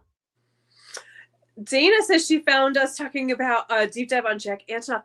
Dana, thank you, and please join us again on Sunday, because we're deep in. We're deep in even diver. We are diving even deeper into that whole Michigas. It's big. Sure. It's huge. And we're gonna be the first ones to talk about it. Yeah, because so I first started obsessing on this in July. It was probably like around July. I can't remember why. What made me like go like there's something up with Jack, and I'm like, I don't think it was July. I think it was the podcast was the first time that you were, because that was the first time she started talking about Max Martin being her mentor and all of this Max Martin shellback. Yeah. And I was like, nada about Jack, and you were like, ching, ching, yeah. It's like there's major problems. There's major problems in the mix. Like there's major problems. Yes, and there's so much weirdness with that whole crew. And and it all sort of is on display in Life of a Showgirl, and we're going to talk about that in major depth on Sunday, because there's literally there's too much to talk about. TLS had to be his most for the most consecutive weeks at number one. I know, amazing. Yes, and like it's gonna break every record. Basically, it is breaking every record. Like, it being such a success during the holiday season also is like completely astronomical. Right. Tying that record with, I think, Paul McCartney and Elvis for like number one songs through the holiday season. Incredible. The sales that just keep on coming. And it's only one single so far. Like, I still think there's going to be 4 singles, but we know there's at least going to be at least 2 or 3. Like, she's going to milk this album as she should. As she should. She's going to milk it. As she should, but I want her to hurry up and start it. Start. I don't want the next single. You know what I mean? Yeah. But it probably will be. It will be whenever the 1975 drop their album. She will drop the next single and erase them from. And that's really. Now this is probably nothing. This is probably nothing, but just to chew on this a little bit. So we are theorizing that the single for Elizabeth Taylor will come out on Elizabeth Taylor's birthday. Reputation, the album, came out on Richard Burton's birthday. Yeah. Maybe there's something in that. I don't know. I don't know that she would have those compete with each other. That doesn't seem very likely, but I don't know. because it would be a song competing with an album. She's definitely proven that she can have multiple things in the charts at the same time. It's something to think about. Yeah, for sure. For sure. For sure. Yeah. Especially if the music video, which I so desperately want for Elizabeth Taylor, has her reenacting classic Elizabeth Taylor scenes or her like watching or viewing or with like classic Elizabeth Taylor behind her or something. Excellent. Like with Richard Burton, like, and it all comes and it's like a way of putting them back together and after they craziness. Yeah, that would be amazing. Also, I highly recommend absolutely everyone to go watch the documentary on Elizabeth Taylor called The Lost Tapes, because I watched this one night and I was literally blown away by this was before Showgirl came out. Showgirl had not even come out yet. And I was like, oh my God, like this is so similar to Taylor's life. Mind blowing. Like even like some even the wordage, I don't even know how to describe it. It's just as a Swiftie, you'll like pick up on it and be like, oh my God, this is crazy.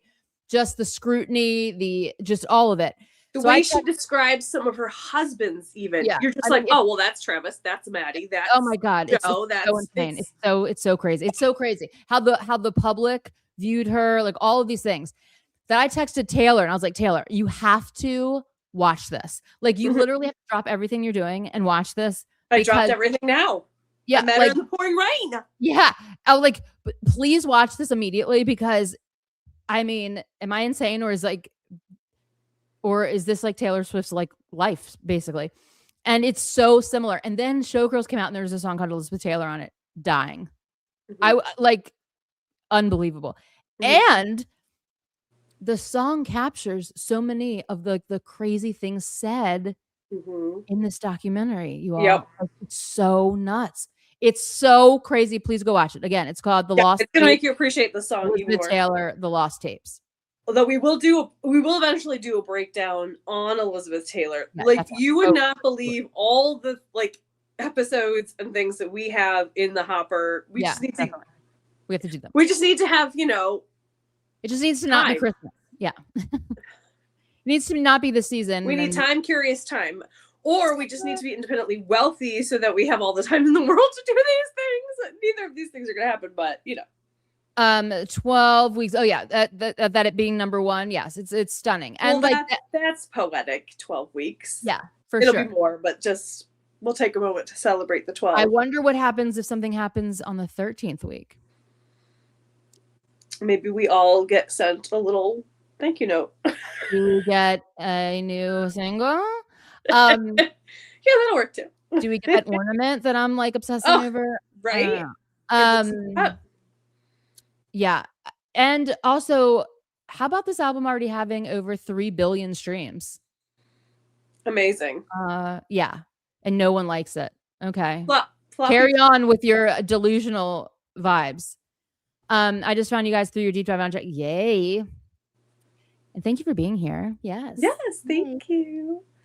We get crazy with the oh my God, there's so much more to the Jack Antonoff and company thing. She also says the word bit in the original lyrics at the exact same time she says bitch, and she was probably waiting a long time for us to hear it. She also says bit. What do you mean? And I did something bad in the original lyrics. She says bit if a man talks shit. Bit. She says bit. I don't understand. When LP explain, we're confused. Explain. We're starving and we don't. Tell us more. Our brains keep talking, baby. Yeah, tell us because we're running low on battery. What connects delicate and I did something bad, or is it just random? What? I know. I've looked at like the track numbers. I don't know. Well, I mean, I think that, okay, so Margaret Qualley.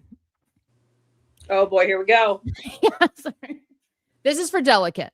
Okay. Okay. And this is also Joe infused, obviously. But okay, so Margaret Qualley and Maddie separately had videos that the dancing, which is so distinct, like the Delicate video, super distinct, right? Margaret Qualley does a dance in one of her movies that looks exactly like the Delicate dance, but so does Maddie in one of his music videos, which is so completely weird. Hers Delicate came out after, obviously, both of those. Now we know from the last breakdown of the Jack Antonoff weirdness is that Margaret Qualley was like seemingly obsessed with Jack Antonoff and was like, Joe. Jack Antonoff. What am I talking about? Joe Alwyn and Joe. It was just like this weird kind of thing that was making Taylor like uncomfortable. And I think that it's a triangle of like Taylor going like, I see you and I see you. Like I understand what you are both doing. I don't really know what the messaging is with that. Why they like, I don't know why her and Maddie had to talk to each other via music video in the way that they did, but there is so much mirroring. The Margaret Qualley one was kind of like, I can do exactly everything that you're doing. And by the way, Joe is my boyfriend. So I don't know why you keep telling everyone that you like going home smelling like him and you're trying to be in every movie that he's in. And now you're trying to do it with Travis. Odd. It's just weird. You guys, it's just weird. Now, I did something bad. There's something I did notice on the Eras tour about I did something bad, and I said I did something. Hold on, let me think. It's in my notes, but my notes are inside. I'll get back to this on Sunday. But it absolutely has something to do with Who's Afraid of Little Old Me. It is super interesting. I wrote it down, and it has to do with the visuals. It's the visuals. Okay. I need to write it down. All right, we gotta put it on the back burner. We'll do it on Sunday. Gotta put all the Maddie stuff, all the Jack Antonoff stuff, all the Margaret Qualley stuff, all the Charlie XC stuff, all the stuff on the back burner. All the Joe stuff, yeah. The Joe stuff. And also, I would like to say, now I've taken another break from Threads because the Lord. Yeah. And because Threads has become a lot more toxic than it was when I was on it before. And I was told that I started a war on Threads because I interpreted a lyric in a different way than somebody liked.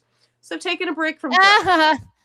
But before that, a rather large creator, someone who has a big following on Threads of a Swiftie person, made a post of something like, "We're not going to speak badly about Joe because Taylor has never said anything bad about Joe," or da-da-da-da. And listen, that's not us. If you want to talk shit about Joe, there's an open seat next to us. Because guess what? She also never said anything about Maddie verbally. She says it in her songs. And she's talked a shit about Joe in her songs. And if you listen to the songs, we base everything on the lyrics. It's all there. So I mean, and it's no hate to. I'm not. She hasn't talked shit even about Kanye West in public, has she? Right. I want to be clear. I'm not. There's no hate to that person on Threads. They're allowed to have their opinion. Obviously, I'm just saying. We're happy to talk shit about Joe and Maddie and all of these people because we have parsed the songs and we feel like we have it. We have the picture that Taylor is trying to paint for us. Yes. Hello. Yeah. We also don't advocate actually going towards Joe and saying things directly towards him. We don't advocate that whatsoever. No. But we can talk shit about it and we can analyze it and we can talk about what the lyrics talk about. I have so many theories about like Maddie and the relationship and different lyrics and interpretations. And sometimes it's like my head is swimming with all the thoughts of, oh my God, this and oh my God, this. And just every day a new choo. Yeah, totally. And also like, I mean, I get kind of like, I'm like, why did she even date Joe? To be honest with you, like, I don't know. Like, Why did she? Well, I'll tell you something that that I had an epiphany on the other day was that I was like, oh my God. In the song Fortnite, because I'm like really deeply obsessing over Fortnite also, by the way, right now. Mm-hmm. Because I think there's a lot of like hidden shit in there that we haven't really come to terms with. But like, I was sitting there, I'm like, the miracle move on drug was Joe. It was Joe. The miracle move on drug wasn't Maddie. It was Joe. Yeah. See, this is how I always interpreted this song, but I didn't. Yeah. Like, asked about my sweater, cardigan. Yeah. Like, it's like, definitely, yeah, it's definitely you're right. It's Maddie before this recent incarnation of Maddie. Yeah. Yes. And that's why I think that's why the album was going to open with this, because it would, in the original context where I believe that this album was supposed to be their hard launch of like, we've been like pining after each other for a decade and we're both tortured poets and this is our world that we're living in and here it is and we're just going to expose it all. It makes a lot of sense. Like, I took the miracle move on drug was Joe. The effect was temporary. It didn't work because now, like, you know, like it's, you know, look at all these songs that happened because of Maddie. It's like he never goes away. Ruining her life. Oh, it was so ruining. Here's my question. Life. Like, because I was like, how the like, because it is also the line, I love you, it's ruining my life. I'm like, but how is it ruining your life if you've already broken up with Joe and now you all are together? It can't really be ruining your life, right? And then we look at the dates of when Fortnite was recorded and they weren't even broken up yet. Her and Maddie were still together, everyone. That it's like, so hold on. It can't be ruining your life. It cannot be. It was before. I love you. It's ruining my life because we're not together. And the miracle move on drugs, I think, are Joe, Calvin, Tom, those three. Miracle move on drugs. You said why was she with Joe? Well, I have to look. Because I don't know Maddie's dating history, but my guess is because Maddie couldn't be with Maddie at that time. Although I do think that High Infidelity, I do think that tryst or whatever she's talking about in High Infidelity, I think that was with Maddie. Yeah, absolutely. I think a lot of people think it's Joe. I think Glitch is about Maddie. Yeah. Like, I think there's so many things. So anyway, I think she and Maddie like got together several times. I fully believe that there was like a period of time when she and Joe weren't together and maybe she was with Maddie or maybe not officially with Maddie, you know, like obviously this stuff wouldn't necessarily come out in the press, but yeah, I have to believe that she and Joe were on again and off again because they fought so freaking. But that was probably the Great War, like. Right, and the Great War. She's like, I made it all up in my head. Like, I just made up all that you were doing all this shit in my like. I made it up in my head. You were doing all this. You know what I mean? Right. But if it's a Great War, it doesn't get resolved overnight. You know. No. Because I feel like I've sort of held this theory back for a while, and I'm just going to throw it on here. I feel like in the Folklore trilogy, I think Taylor's Betty, but Taylor's Augustina as well. Maddie's James, obviously. And I think she's both characters. And I think that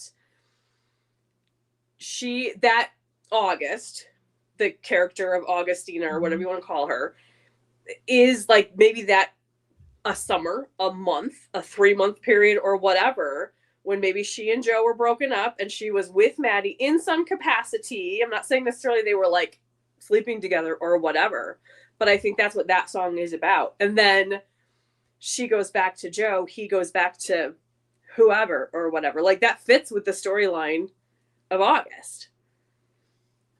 Yeah, I mean it definitely is. There's a lot to unpack for sure because there's so much going on. Like there's just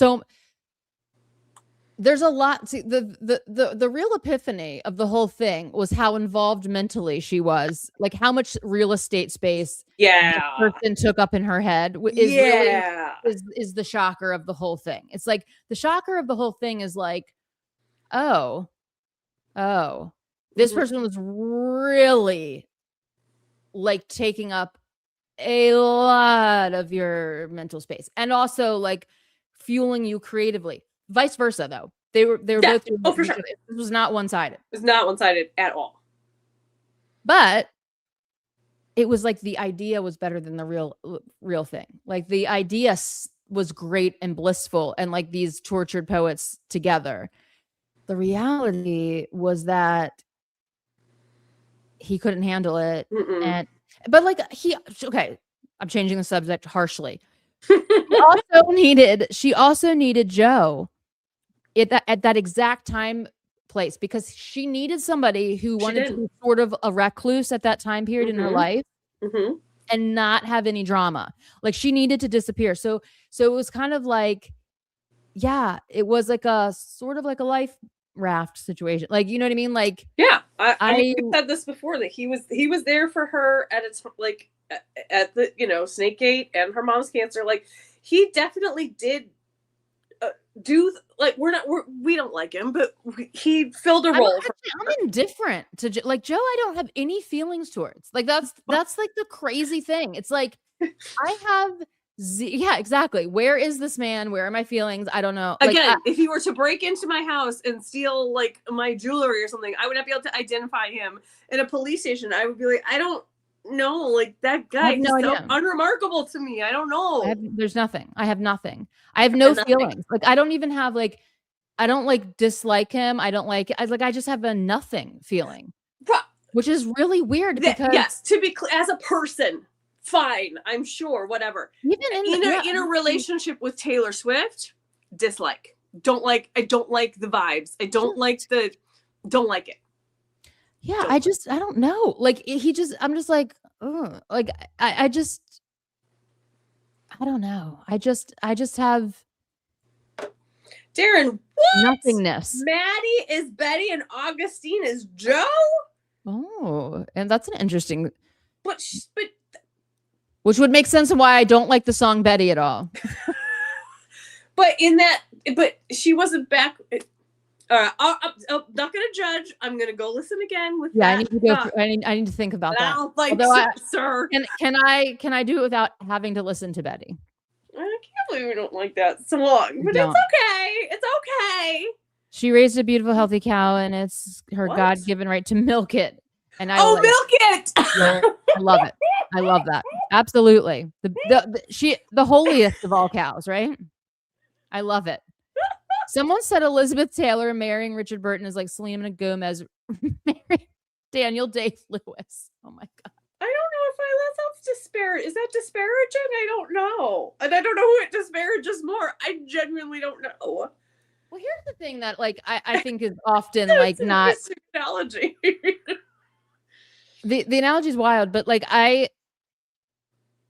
in Elizabeth Taylor's own words, the love of her life was not Richard Burton. Yeah, that's the gag of it all. That's the thing. That's like it's what she was most known for, because it was the most, I think, traumatic, the most like trauma-bound relationship that she had. But the love of her life was Mike Todd, right? Which he died.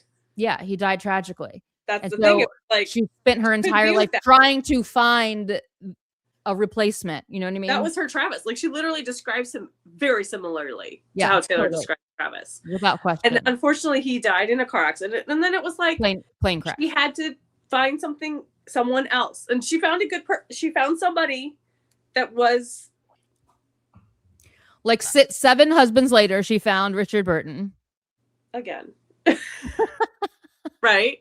So that a companionship, but maybe not the true love of her life, because that person was gone. I think that they had just like a toxic. I don't know. They had a very. I do like the analogy between Elizabeth Taylor and Selena Gomez, because actress, singer, businesswoman, entrepreneur. Like I like that. I like that a lot. I think Selena is very often under appreciate, or yeah, I don't know. I feel like people don't respect her. I agree with that 100%. But okay. So now that we're talking about her, though, I need to bring up something that I am floored by. Okay. Did I already bring this up? But I think I did. I don't know if I did. I brought it up somewhere. I cannot believe that Selena Gomez said, "I'm not going to be your bridesmaid because it will pull attention from you." I'm sorry. That is the most delusional shit I've ever heard. Like, I have to just put Wait, that did out that there. actually, do we know for sure that that actually Yes. happened? Do we have it? Who confirmed that? I think that Selena's team confirmed it. If that's true, that's like like literally insane. Like, I don't know what planet. Well, that's why Taylor wasn't Selena's bridesmaid. So maybe she just kind of. But she gave like the big speech. She did. I think she was a bridesmaid, wasn't she? She wasn't? Okay, well, I mean, I'm sorry, but like quite literally no one's pulling attention from Taylor Swift. I don't agree with that. Like, there's no one that's pulling attention from her. No one. But maybe I can see like how maybe Selena felt like, I didn't have you as a bridesmaid in my wedding, so I'm not going to have you have me as a bridesmaid. Say that, but don't say it's because I'm gonna pull attention, girl. Well, no, I don't know. Maybe it's just a all PR respect thing. I don't know. Yeah, respect to Selena, but I need my statement to be known worldwide that like no one's pulling attention from Taylor Swift literally ever, but on her wedding day, quite literally impossible. I cannot think of I can't even think of a human alive that could pull attention from Taylor Swift on her wedding day.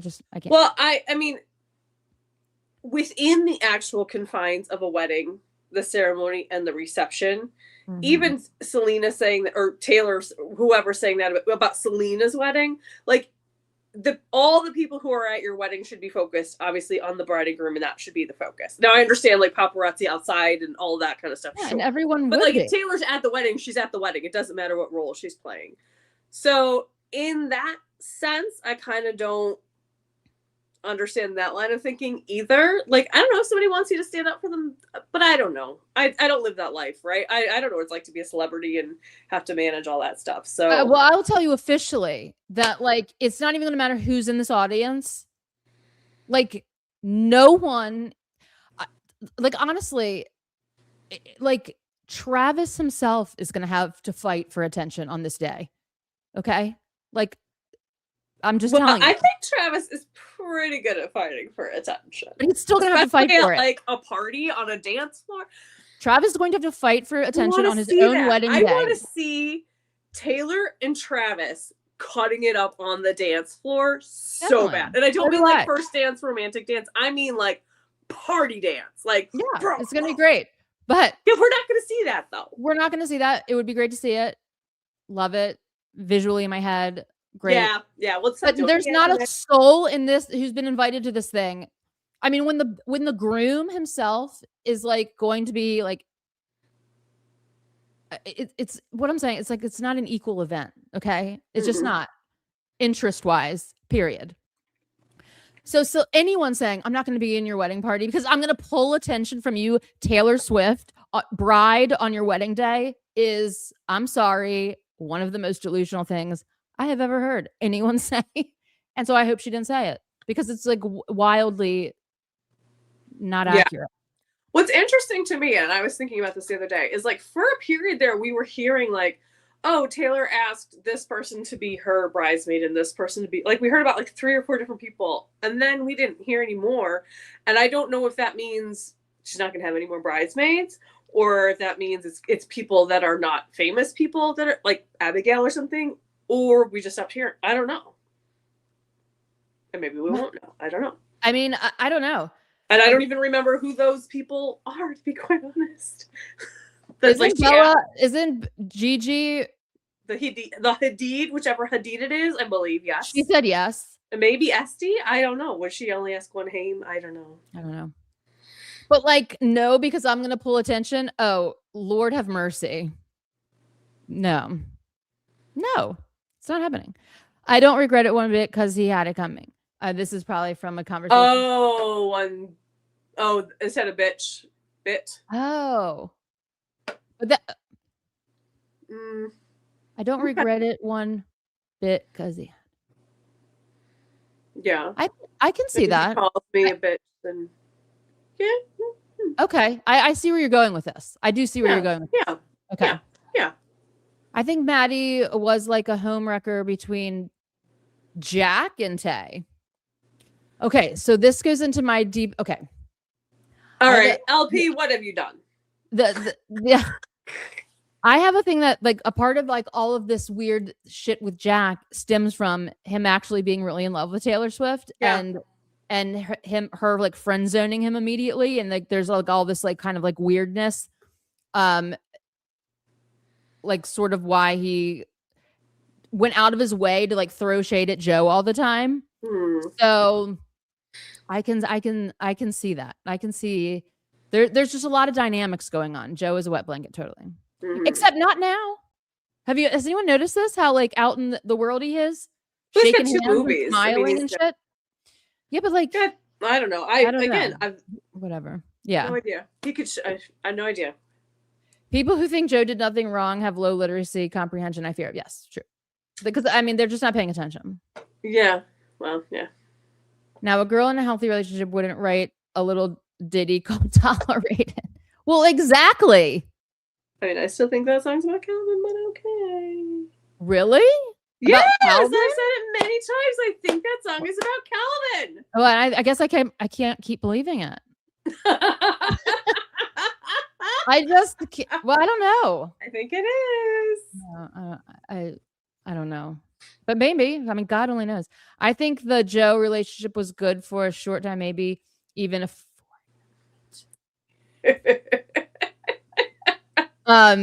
I think that the fortnight is when she first was that time period in 2015, 2014 when she briefly dated Maddie. And like I think Fortnite, because it's the opening of Torture Poets, is like this is how our relationship began. I don't even know if Joe's in that song. No, I don't think Joe's except for my husband. My husband's cheating. I want to kill him. Yeah. That's Joe. Yeah. Or whoever. Yeah, I don't know. She's been haunted by Maddie forever.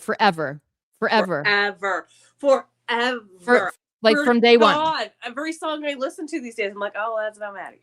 Oh, that's about Maddie. Oh, that's about Maddie. Like, I mean, do we all song? Do we all remember like in 2013? No, maybe 2014 when she went to her first 1975 show, and she was like fangirling so hard over Maddie. Like you could like there's pictures of her in the crowd, and she's like flipping out. And then like the next day she does her pap walk and she's wearing her 1975 shirt tucked into a plaid like schoolgirl skirt, and it looks like all crazy, and like, what are you doing, Taylor? And like she kept wearing the 1975 stuff, and then she kept going to the shows, and then he kept getting harassed. Like, are you dating Taylor Swift? And he's like, dude, like she came to like 3 of my shows, and then they started hanging out. Then he was in Australia and blah blah blah blah blah. There's so much, but she fell hard. She's a girl who likes the merch of a man. Like, she likes her Chiefs. Like, it cracks me up to see her wear all the Chiefs stuff, because I'm like, she's all in. When she's in, she's all in. That's the thing, though. Yeah. When she's in, she with her Chiefs gear is me with the Taylor Swift gear. Like, I get it. Yeah, she's immediately all in. She said it. Like, she's like, he explained football to me like it was angry chess, violent chess, and then I was obsessed with football, and then I was obsessed with him. Like, boom, boom, boom, done. Like, and that's how she rolls. She rolls deep. She does. She's yeah. I think Taylor is James in the left. I think Taylor, like, you mean like James Taylor? I always thought that she was James too, because she's named after James Taylor. She is. I think I will re-listen with that perspective. Maddie is Betty, and August is Joe. Are there 2 people that think this now, or is this the same comment? No, Darren. Yeah. Okay. Maddie is Betty. I think, unless maybe I'm wrong. Well, Maddie, Betty, it's almost the same spelling. Even. I'm just saying. I'm just visually. I mean, that right yes, now. but also like when Folklore came out, she was still with Joe, so. I don't know. Was she mentally? I don't know. Yeah, I don't know. I don't know. That's how I interpret it too.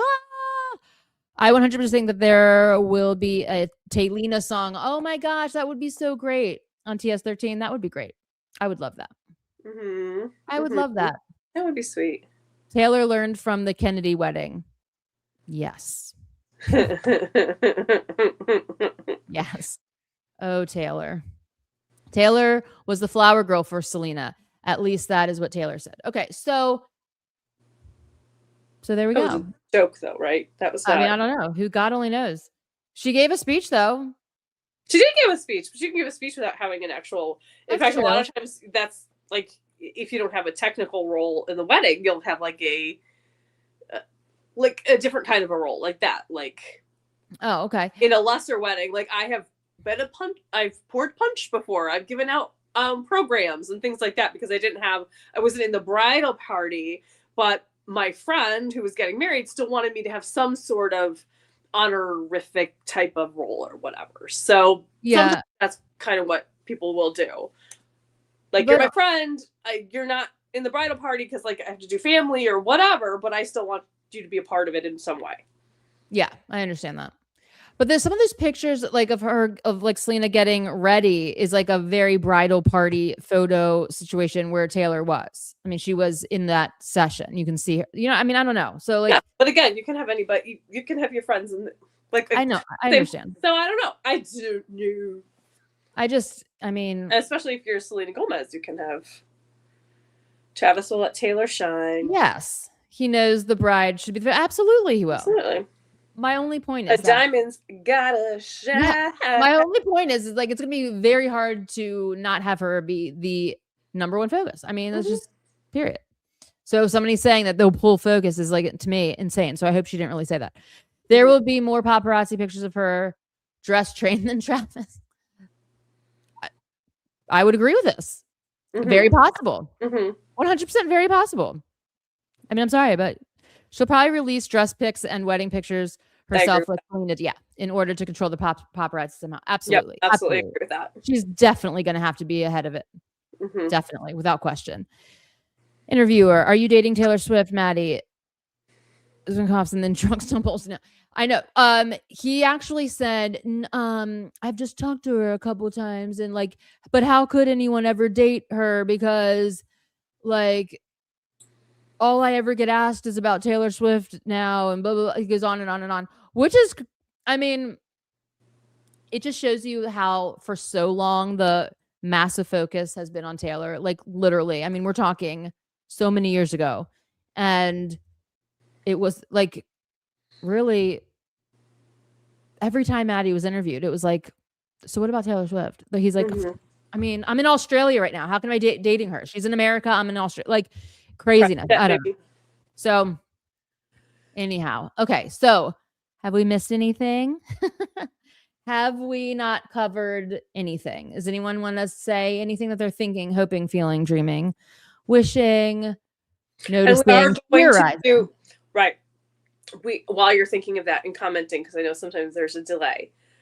Holly and I have had the plans to do like a New Year's, like a Swiftie news roundup kind of thing for 2025. Yes. Do a little bit of a New Year's episode. It didn't get done because holidays and stuff, but that doesn't mean that we can't still do it. So we're going to do it sometime before the end of January. Yeah, we'll do it in January. Yeah, we'll do it in. But I have a birthday. She has a birthday. Like, it'll get done. Yes. And we'll talk about our predictions and wishes that we made for 2025. Oh my God. Yeah. We're going to look at our 2025 predictions versus like what really happened, because that would be hilarious. I've already watched that episode and they are hilarious. Yay. So definitely when you see that one pop up, like tune in because we are going to be laughing our asses off. Oh, I am a Swiftie, which I have been for quite a long time, and the Nigerians almost all over the world are Swifties. Yay! Well. I have a very good friend who's Nigerian. Who's actually, we dated. He's my ex-boyfriend, but we're very good friends. And love to you because we know that Nigeria is like going through it right now for stupid reasons. But we love you. We love the Nigerians. Absolutely. We love all Swifties.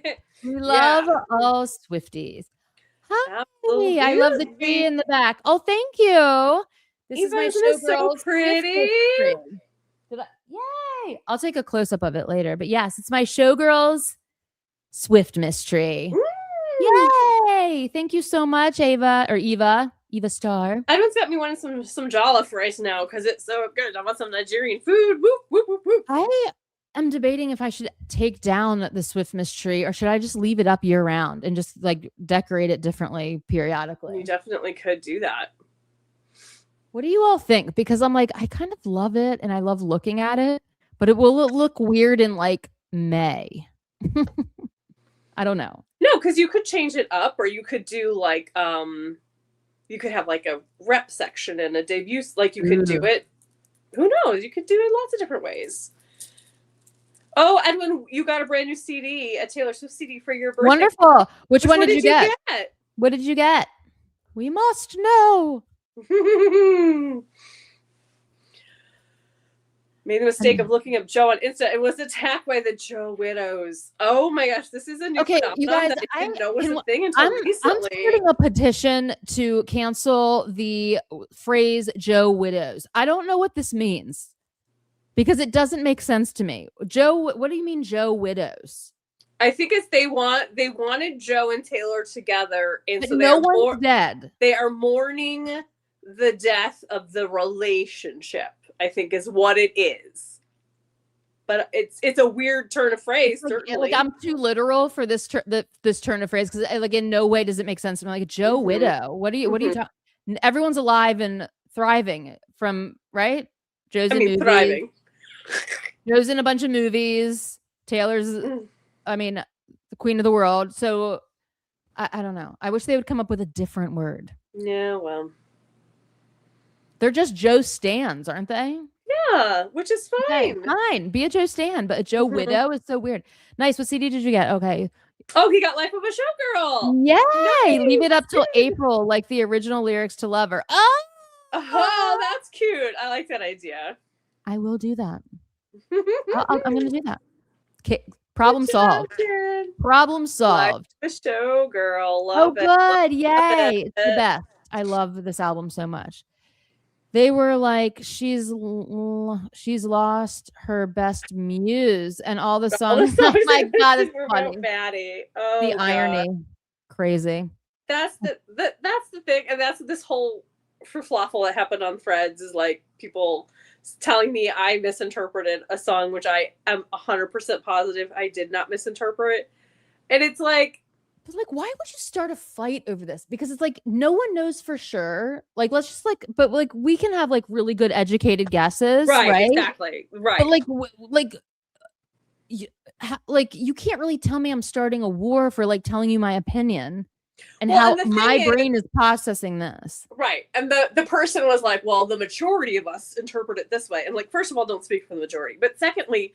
The majority of people interpret a lot of the songs in a way that I don't agree with and that I don't make sense to me. So that, yeah. Okay. Yeah. Right.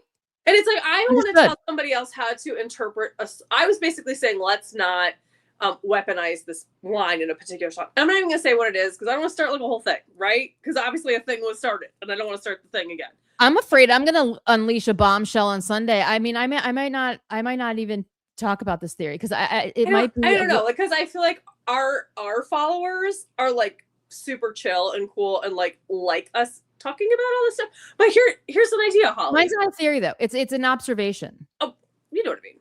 Like the way that we dig into stuff and the sort of the perspectives that we bring to things. And so why don't we just say in the comments. We've sort of alluded to some of the things that you would be talking about and I'm kind of be talking about as well.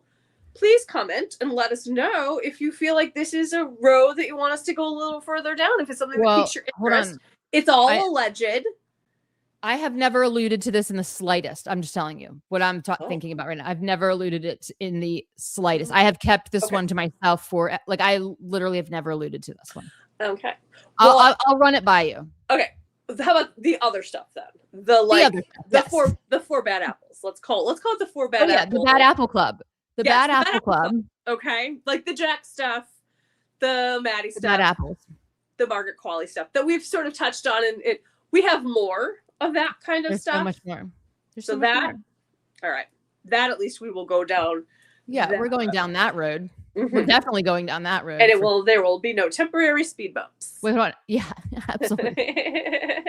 They still think golden refers to Joe, but it is definitely Maddie. See? So why? Okay. Blue is Joe. Blue is definitely Joe. So why? Like, okay, I'm just gonna play devil's advocate. Why would she be bringing up gold again? Right? Why would everything be? Literally everything is gold. I mean, I'm just gonna whisper it because I don't want to summon anything, but like, right? Why is it gold again? I don't know, but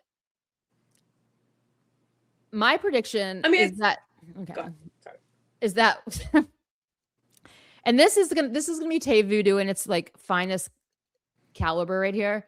Like the most potent, spicy blend of Tay Voodoo imaginable is that the 1975's album is, when it comes out, it's going to be so obviously Taylor coded and Torture Poets Department coded that it's almost going to be like hyper embarrassing for him. Do you know what I mean? It's going to be like, because she's so over it.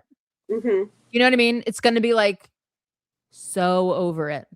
And it's going to fall really hard. And everyone, I don't know. That's just, but like, why would like, if gold is him, then why are we doing it? Like, why are we going into that? But I don't know. It's gonna, I mean, you could say if gold is Maddie, why is she bringing it up? But I think she's reclaiming it. So that it's going to be, there's a lot of it's going to be in a new way. There's a lot of rededicating. Like the Alchemy is a rededication to Travis. Not, I think originally 100% Maddie. 100% Maddie. There's no one that can ever shake me from that hill. There's a lot of hills I'm going to die on also, by the way. I've come to learn. There's many a hill I'll be dying on. But that's one that I'm just like, nope, that is about Maddie. When exactly will she perform live on tour again that I would like to see and meet? And I don't know. I don't know if she's ever going to do a meet and greet live again. Do you? I don't know. I think if she does, I think it will be very different. I think it will be incredibly exclusive, like 10 people. You know what I mean? We don't know, Edwin, we don't know. We don't know when she's going to tour again. She has said for Showgirl, she never has conclusively said she's not going to tour as Showgirl. She just said she wasn't going to tour anytime soon. And people have taken that to mean she's not going to tour as Showgirl. I would like to believe that she still will do something, some performances, something, but maybe not to the end of this year or even the beginning of 2027. Yeah, I don't think she's going on tour until at least 27. Like at least. I think she obviously she has a lot of personal things to do. I think she also very much has to rest her voice, her body, her mind, her, Yeah. Mm-hmm. Showgirl is an awesome album. It's the most awesome album. I love it. She's been perfecting her brew, and on Sunday we're ready to see. Oh, maybe we should have some beers on Sunday. Maybe we should. I'll always have bourbon though, so you can have beer. I will be having bourbon because that's what this girl drinks. I may have to slink out to the liquor store and get a little something. Sabotaging the 90s. Yes. So also, let's just think about in But Daddy I Love Him, where it's the saboteurs. She mentions, I think there's a lot of saboteuring that's going to be going on with this new album with the 1975. And I think that's just going to be so much instant karma, instant Tay Voodoo shit that goes on with it. It's going to be almost comical in my opinion. But interesting that also that Jack is not producing it, which is also odd. I mean, I think there's odd. There's so many bridges that have been burnt with this one singular person involved. I don't know. We have a lot to discuss. Oh my God, what if there's a song that features Maddie's mom? She's probably the only person on earth that defends him. And well, does she defend him? I don't know if she defends him so much as she just problematic, right? Bad about Taylor. And his parents are pretty problematic characters in the UK in general, right? Like that's my understanding is that they're not fans. Yeah, they're like people are like enough of you all. Like they're interesting. Interesting. She will sell limited. Yeah, definitely. Yeah, it will definitely look a different way, and maybe people will have to be like, I don't know. Have to be some because I mean a big part of it obviously is like health concerns and not COVID and those types of things, and obviously so many like unvaccinated and just like you just never know. Like there's too many, especially here in the States. Like it's you can yeah. We live in like crazy times and people are unhinged in a bad way. Yeah. Showgirl was birthed from a tour, so she needs her own. Yeah, I agree. Honey Live would cure diseases. Yeah, it truly would. Honey Live would be amazing. It would be amazing. And can I just like say something really fast about Honey? You know that line about how she's like in the bathroom with a short skirt and white teeth and people are talking. Does anyone go all the way back to All Too Well 10 and go like she was in a bathroom crying? Oh yeah, but the white teeth, that's a direct reference to someone, which I was gonna keep for Sunday, but we'll keep it all for Sunday. We'll keep it all for Sunday. But honestly, I think it's somebody else. We'll keep it for Sunday. I still think the Kentucky Derby auction was for a 2026 tour in Mayhem. Oh yeah, I remember when that came out, but didn't they correct? I feel like, yeah, it was some like prize. It was like a contest prize, and everybody was all aflutter. And then they were like, it's supposed to be for the next tour. I think that's what it was.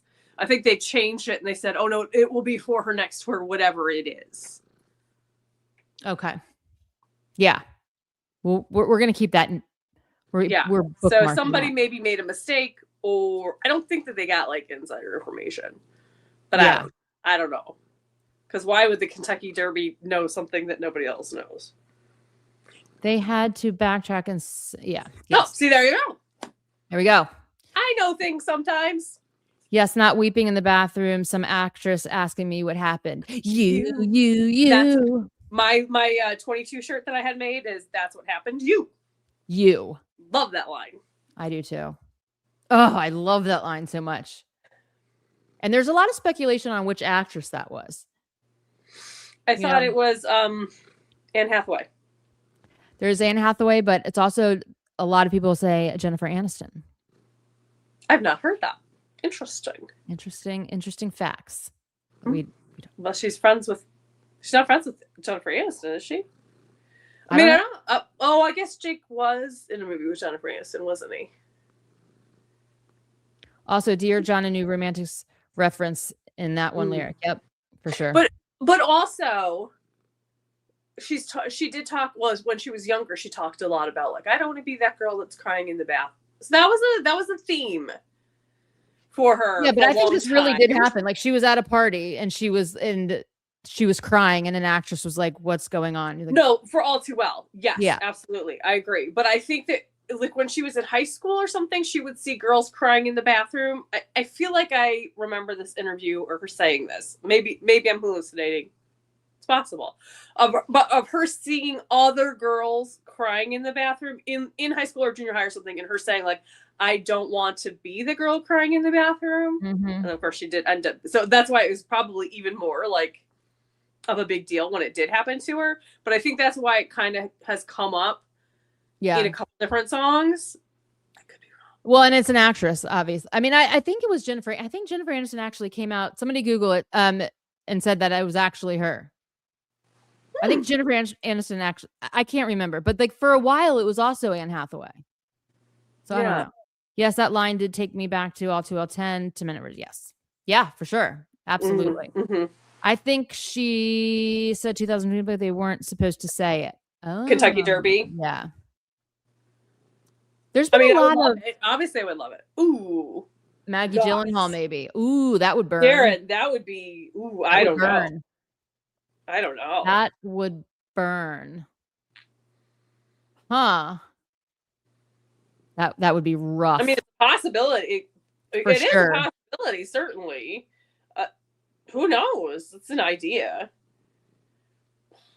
That would be so rough, though. It's like, well, don't you already know your brother? Yeah, but yeah, I mean, like if they had. Ooh, that would be rough. God, that would suck. I hope it's not. I hope it wasn't Maggie Gyllenhaal, because that would be just. Like if Maggie didn't know like what happened, like how it ended or whatever, and then Taylor was crying about it, Maggie's like, "What's wrong?" And like, "Oh well, your brother did this, this, and this." And I think Maggie and Jake are fairly close, so who knows what side Maggie would, like I don't know. But then Maggie knows Jake is not great with ladies, so I don't know. I don't know how that would go. Not great with ladies. Not great with ladies. Not. My favorite Maggie is the cat one because her brother isn't evil. She's right here off camera, so she can hear that you said that, and she said thank you. And no, he's not evil. He just he had a little bit of a medical issue. He's fine now. He's absolutely fine.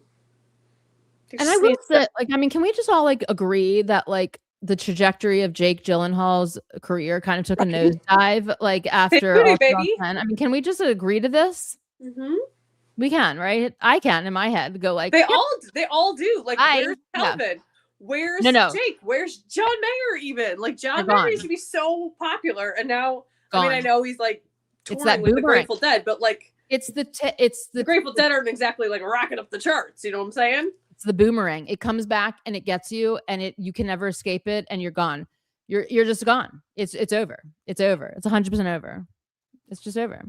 I wonder if Taylor Swift ever speaks. Igbo? Oh, how you say it, but I please like I do most of the time. That was a guess. Other than foreign language, I have no idea. But it'd be interesting to know if she did. I would not be surprised if she's interested in languages. So she certainly took the effort. Edwin, at every stop on the Eras Tour, she learned how to say "Welcome to the Eras Tour" in the language of the country that she was in when she was, in non-English speaking countries. So I think it's something interests her, and she wants to show the respect, certainly.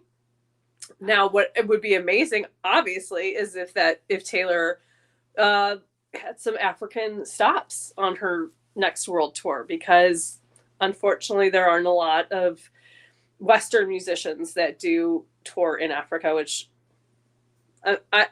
my guess, although I don't know, I think it has more to do with structural government stuff, and also just like maybe not having the venues and things like that. I don't know, but that would be super cool if she did. I imagine it would be incredibly exciting and popular. Jake is creepy.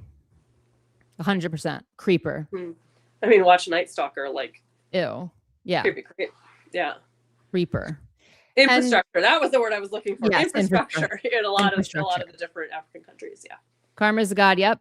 And she got John back by giving him a flop radio station that I never ever. Yeah, I know. The John Mayer station. Please. I know. Wait, I don't know. What? He has a radio station? Yeah, he does. I don't know if he still does, but he did. And like no one listened to it. Again, I never heard to everyone. So I used to be a fan. I mean, there's still songs of his that I like, but I used to like really love his music. I was never a John Mayer fan. I don't like his voice. He's an excellent guitar player, like without a doubt, like absolutely gifted. Huge talent on the guitar. I don't like his singing voice though. I've never been a fan of his singing. I do. I like his songwriting. He's just a trash person. He's such a trash person. Like he is such a trash person. Ugh. And like Paper Doll will never not make me laugh, because the first couple times I heard Paper Doll, I did not know it was supposed to be a clapback to Taylor. I thought it was a beautiful love song. Nice try. There is no clapback. Like, that's how bad the clapback it is. Yeah, like you can't. Was a love song.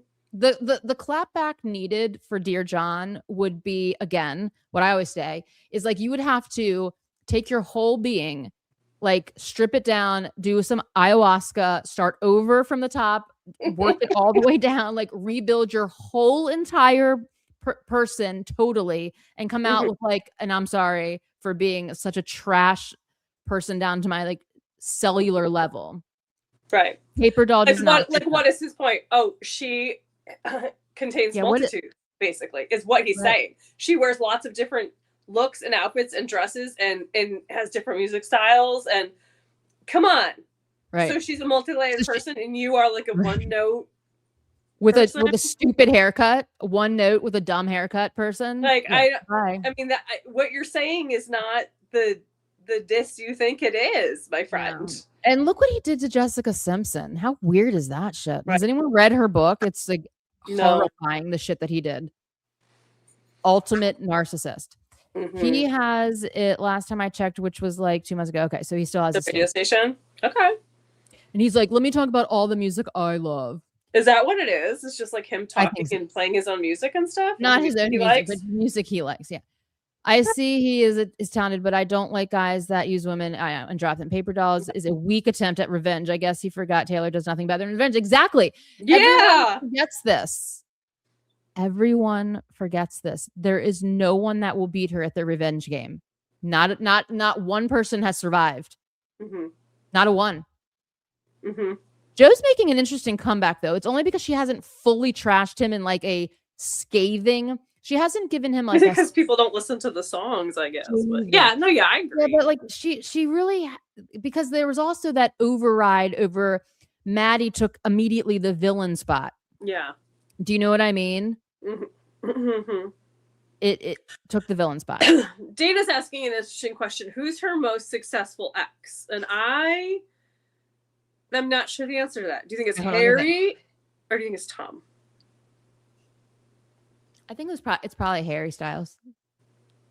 I mean, Tom is also very successful. He is, but I mean, I think that Harry Styles, like, name recognition. I think Harry Styles is probably the most successful. I guess it depends on how you define success. Yeah, it does. It really does. Well, I'll tell you who it's not. Yeah, I mean, it's definitely not Jake. It's definitely not Calvin. It's definitely Taylor Lautner. It's definitely not Taylor Lautner. But like, I mean, he was right. We love Taylor, and like he's is choosing to not do those things. Yeah. You know, it's like, not like he wasn't boomeranged by her. Like, yes, so exactly. So he's just surviving on his own. But like Calvin, nope. Jake, no. John took a major hit. I mean, a forever hit, and kept doing horrific trash things.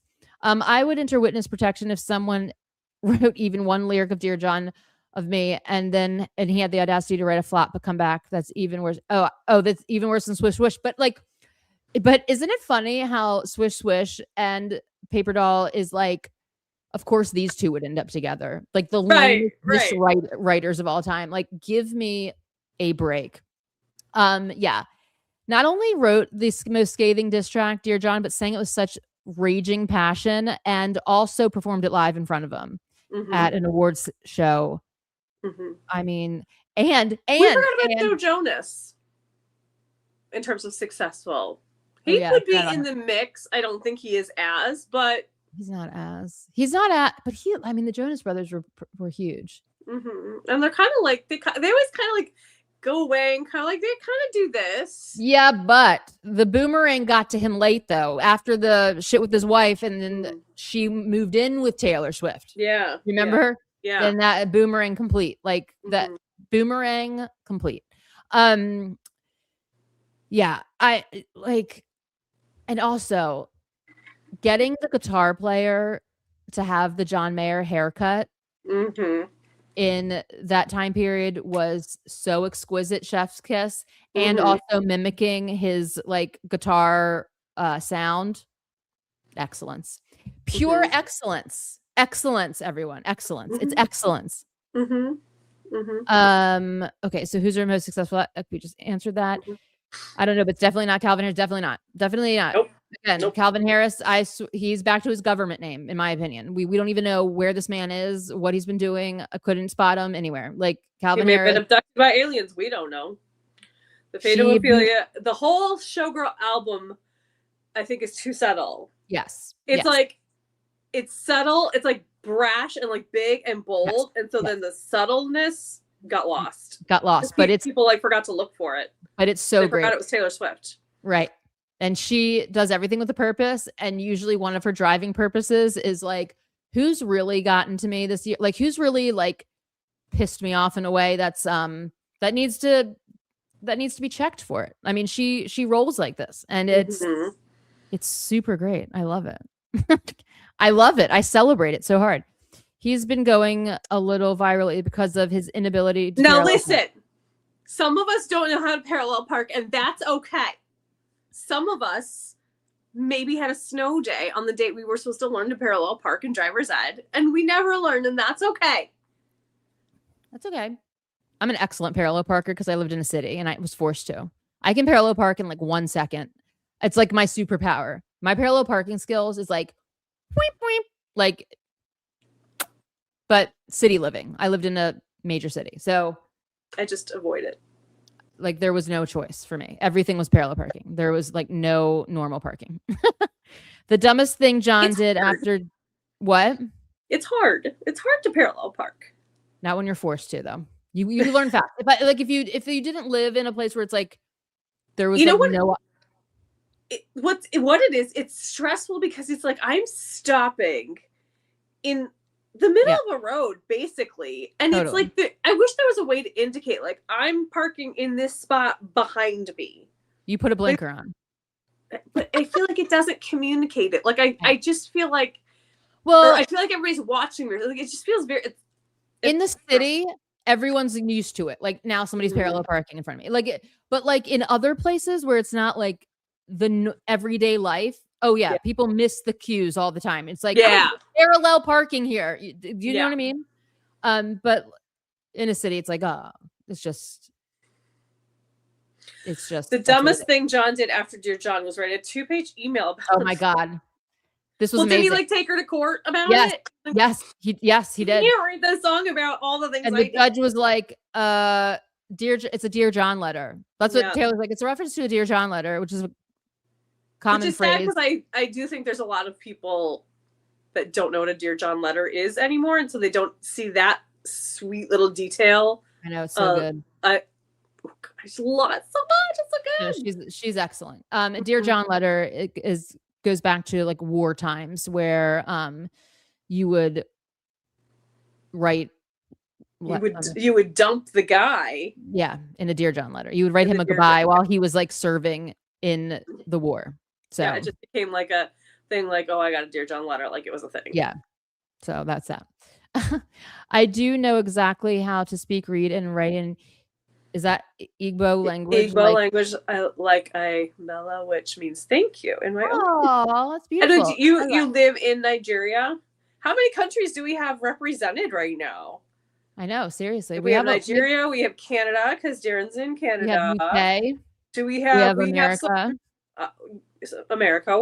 We've had some people from England before on here. I don't know if anybody is here tonight. We get a lot of we're international Swiftie verse, which is amazing. By the way, for those who don't know, the context of my comment is a video that went viral. Someone we got watching James trying to parallel park at a competition.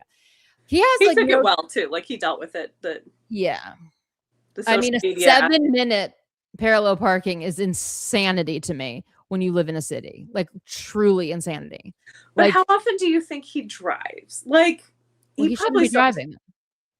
He shouldn't be driving in New York City if you can't parallel park. Period. The end. It's dangerous. Was it New York City though, or was it? Or is it just normal New York? New York. Because New York is a big state. Yeah. I don't know. But 7 minutes.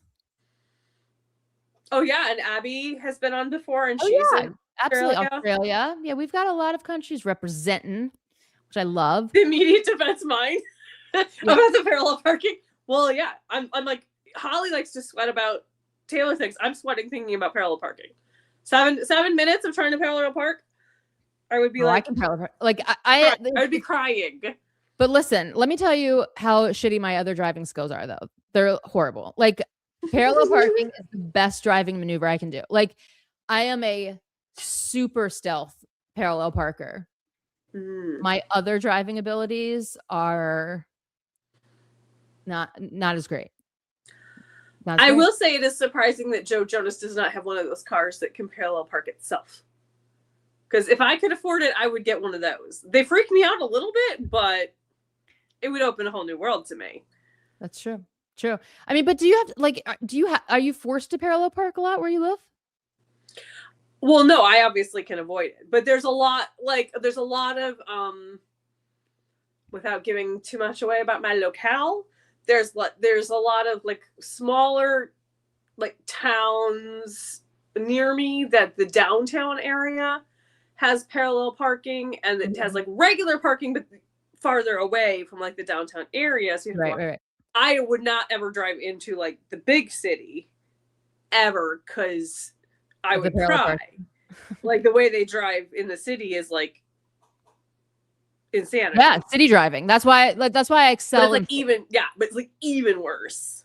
The only place I've ever seen it worse was like when I was in Spain, and it was like lights were barely a suggestion. There's like that's how my city was. Like I have never been to a city that has worse driving, like more outrageous driving maneuvers than the city that I was living in. And it's like a 7-minute parallel parking would send me into the stratosphere of irritation. If it was like in a city, oh, they're saying it was in Manhattan. Oh, hell no. Like hell no. 7 minutes. Well, I did hear speculation that it was. That's almost like all too well in parallel parking. Well, I mean, I guess that explains why people did think it was a PR stunt, because like that does, I guess. Oh my God. I didn't clock it as that, because for me, 7 minutes, it would take that much just to gear up the fortitude to do it. But 7 minutes. Oh my. And if there was no get around, this would literally, like if I couldn't move past this person trying to attempt this. Oh Lord. I'm getting all pissed off. LP says like he knows even how to drive. Come on, LP. It was a hard watch. No, that would make me crazy. 7-minute parallel parking in the city. Oh no. Oh my God. The self-driving cars scare me, because if the internet goes down, all the cars just stop. Oh. Well, like the Waymos and stuff, they're just scary. Exactly. Surprised he didn't get his butt kicked after him. Seriously, this is an offense. 7 minutes to parallel park is, I mean, jailable. People have things to do, places to go. Like there's the traffic flows. There's 7 minutes. And you don't even need to drive. You could have a driver and none of this would even be occurring. Yeah. No. Yeah. Offensive. Giant ticket. Inconsiderate. And just walk. Like New York is so walkable. Unless you're going to a different borough. Yeah. And I love Waymos. I think they're so cool. I love them. I wish everything was Waymo. Except that they malfunction fairly often. Like they do? Yeah, they'll like run into each other, or they'll like what? Yeah, I always see stories of them like blocking each other, or like going there. Like they're not perfect yet. I haven't been following. But I've never been in one. They're amazing. I particularly love them. Joe Jonas should pay $200 a minute. Yes. I mean, you know what parking situation though is the worst for me is the diagonal parking spot. I hate them. Just like a regular diagonal spot, or like, you know where the lines, instead of being like you just pull in head on, it's like on a diagonal, because then like against a curb. Huh?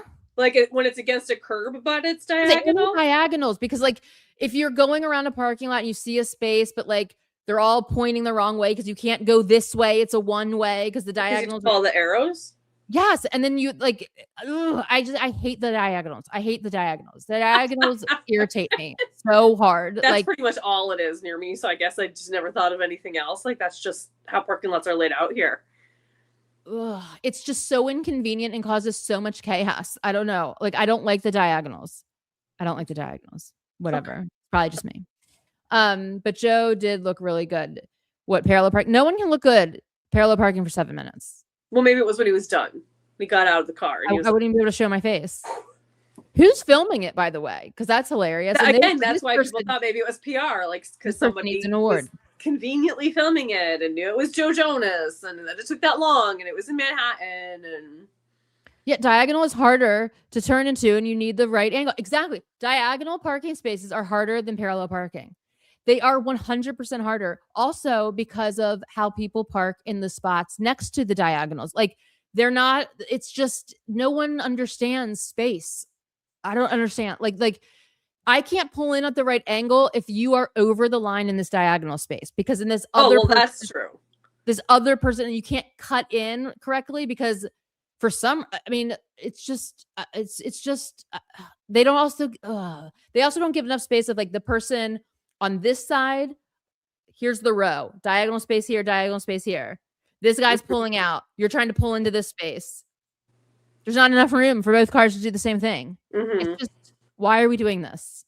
Why are we doing this? I don't know. Just my rant of the day. The worst thing is when the person is taking over. Then exactly. Yeah. Parallel parking gives you so much more leverage, like in so many ways. I don't know. Parallel parking is a breeze to me. Diagonal parking.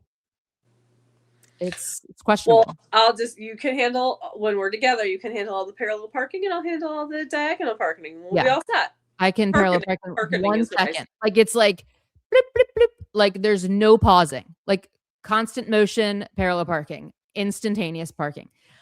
We'll do like a Benny Hill. Like we'll stop and do like run around the car. Yeah. Oh yeah.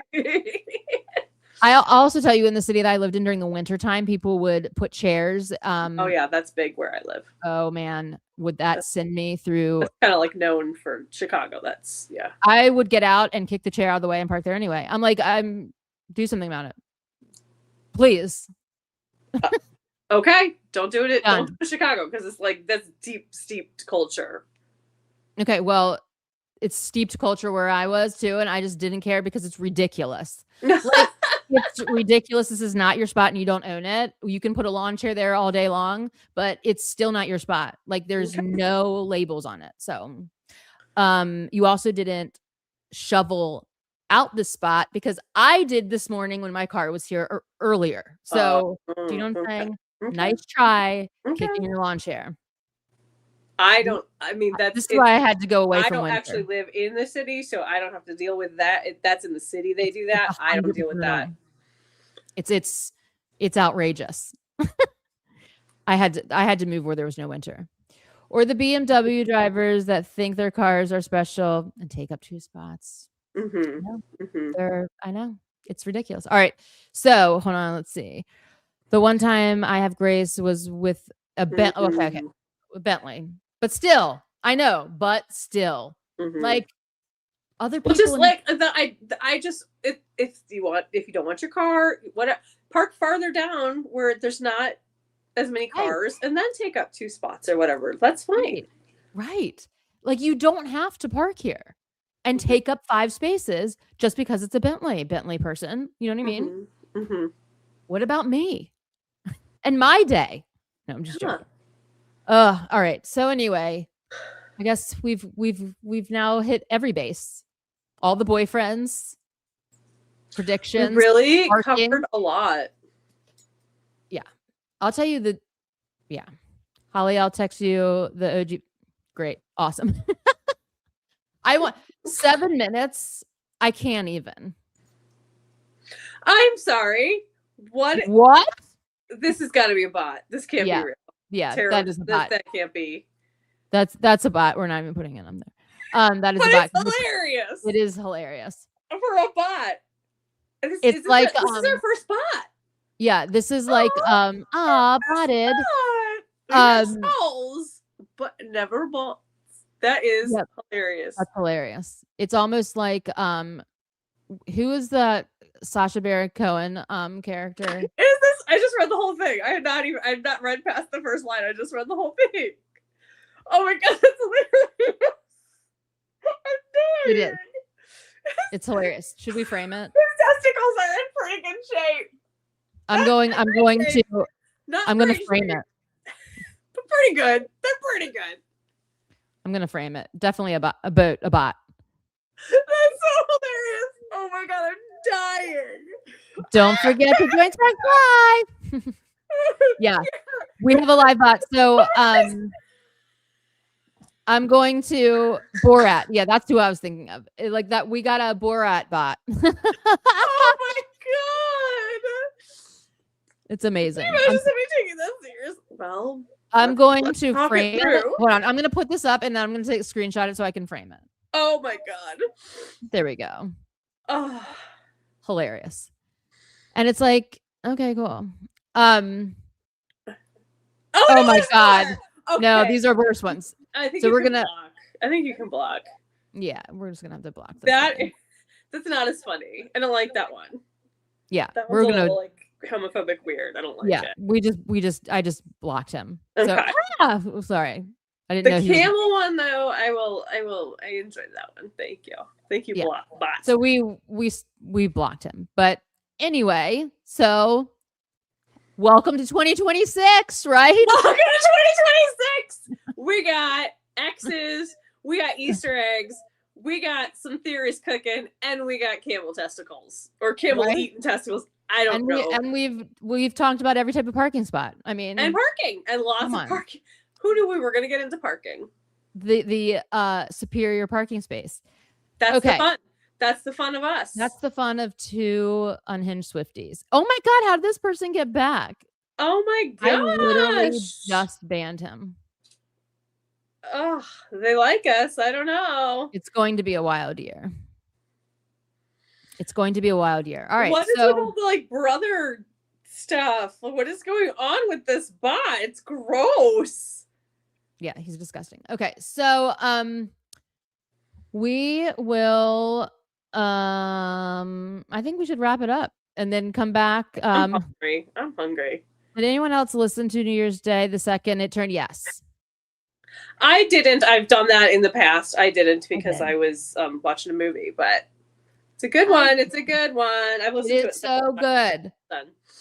All right, everybody. It's been awesome and fun, and we have so much to get into on Sunday at 4:15 for Swift AF Sunday. We're so looking forward to it. Join Sparks Fly if you haven't already. It's available for download anywhere you get apps. Comment on this video, like, subscribe, do all the fun stuff. Anything you want us to talk about on Sunday, comment, and we'll please comment. Anything that you want us to talk about that we haven't gotten to, just like Taylor just said. And until then and always, peace, love, and Swifties forever.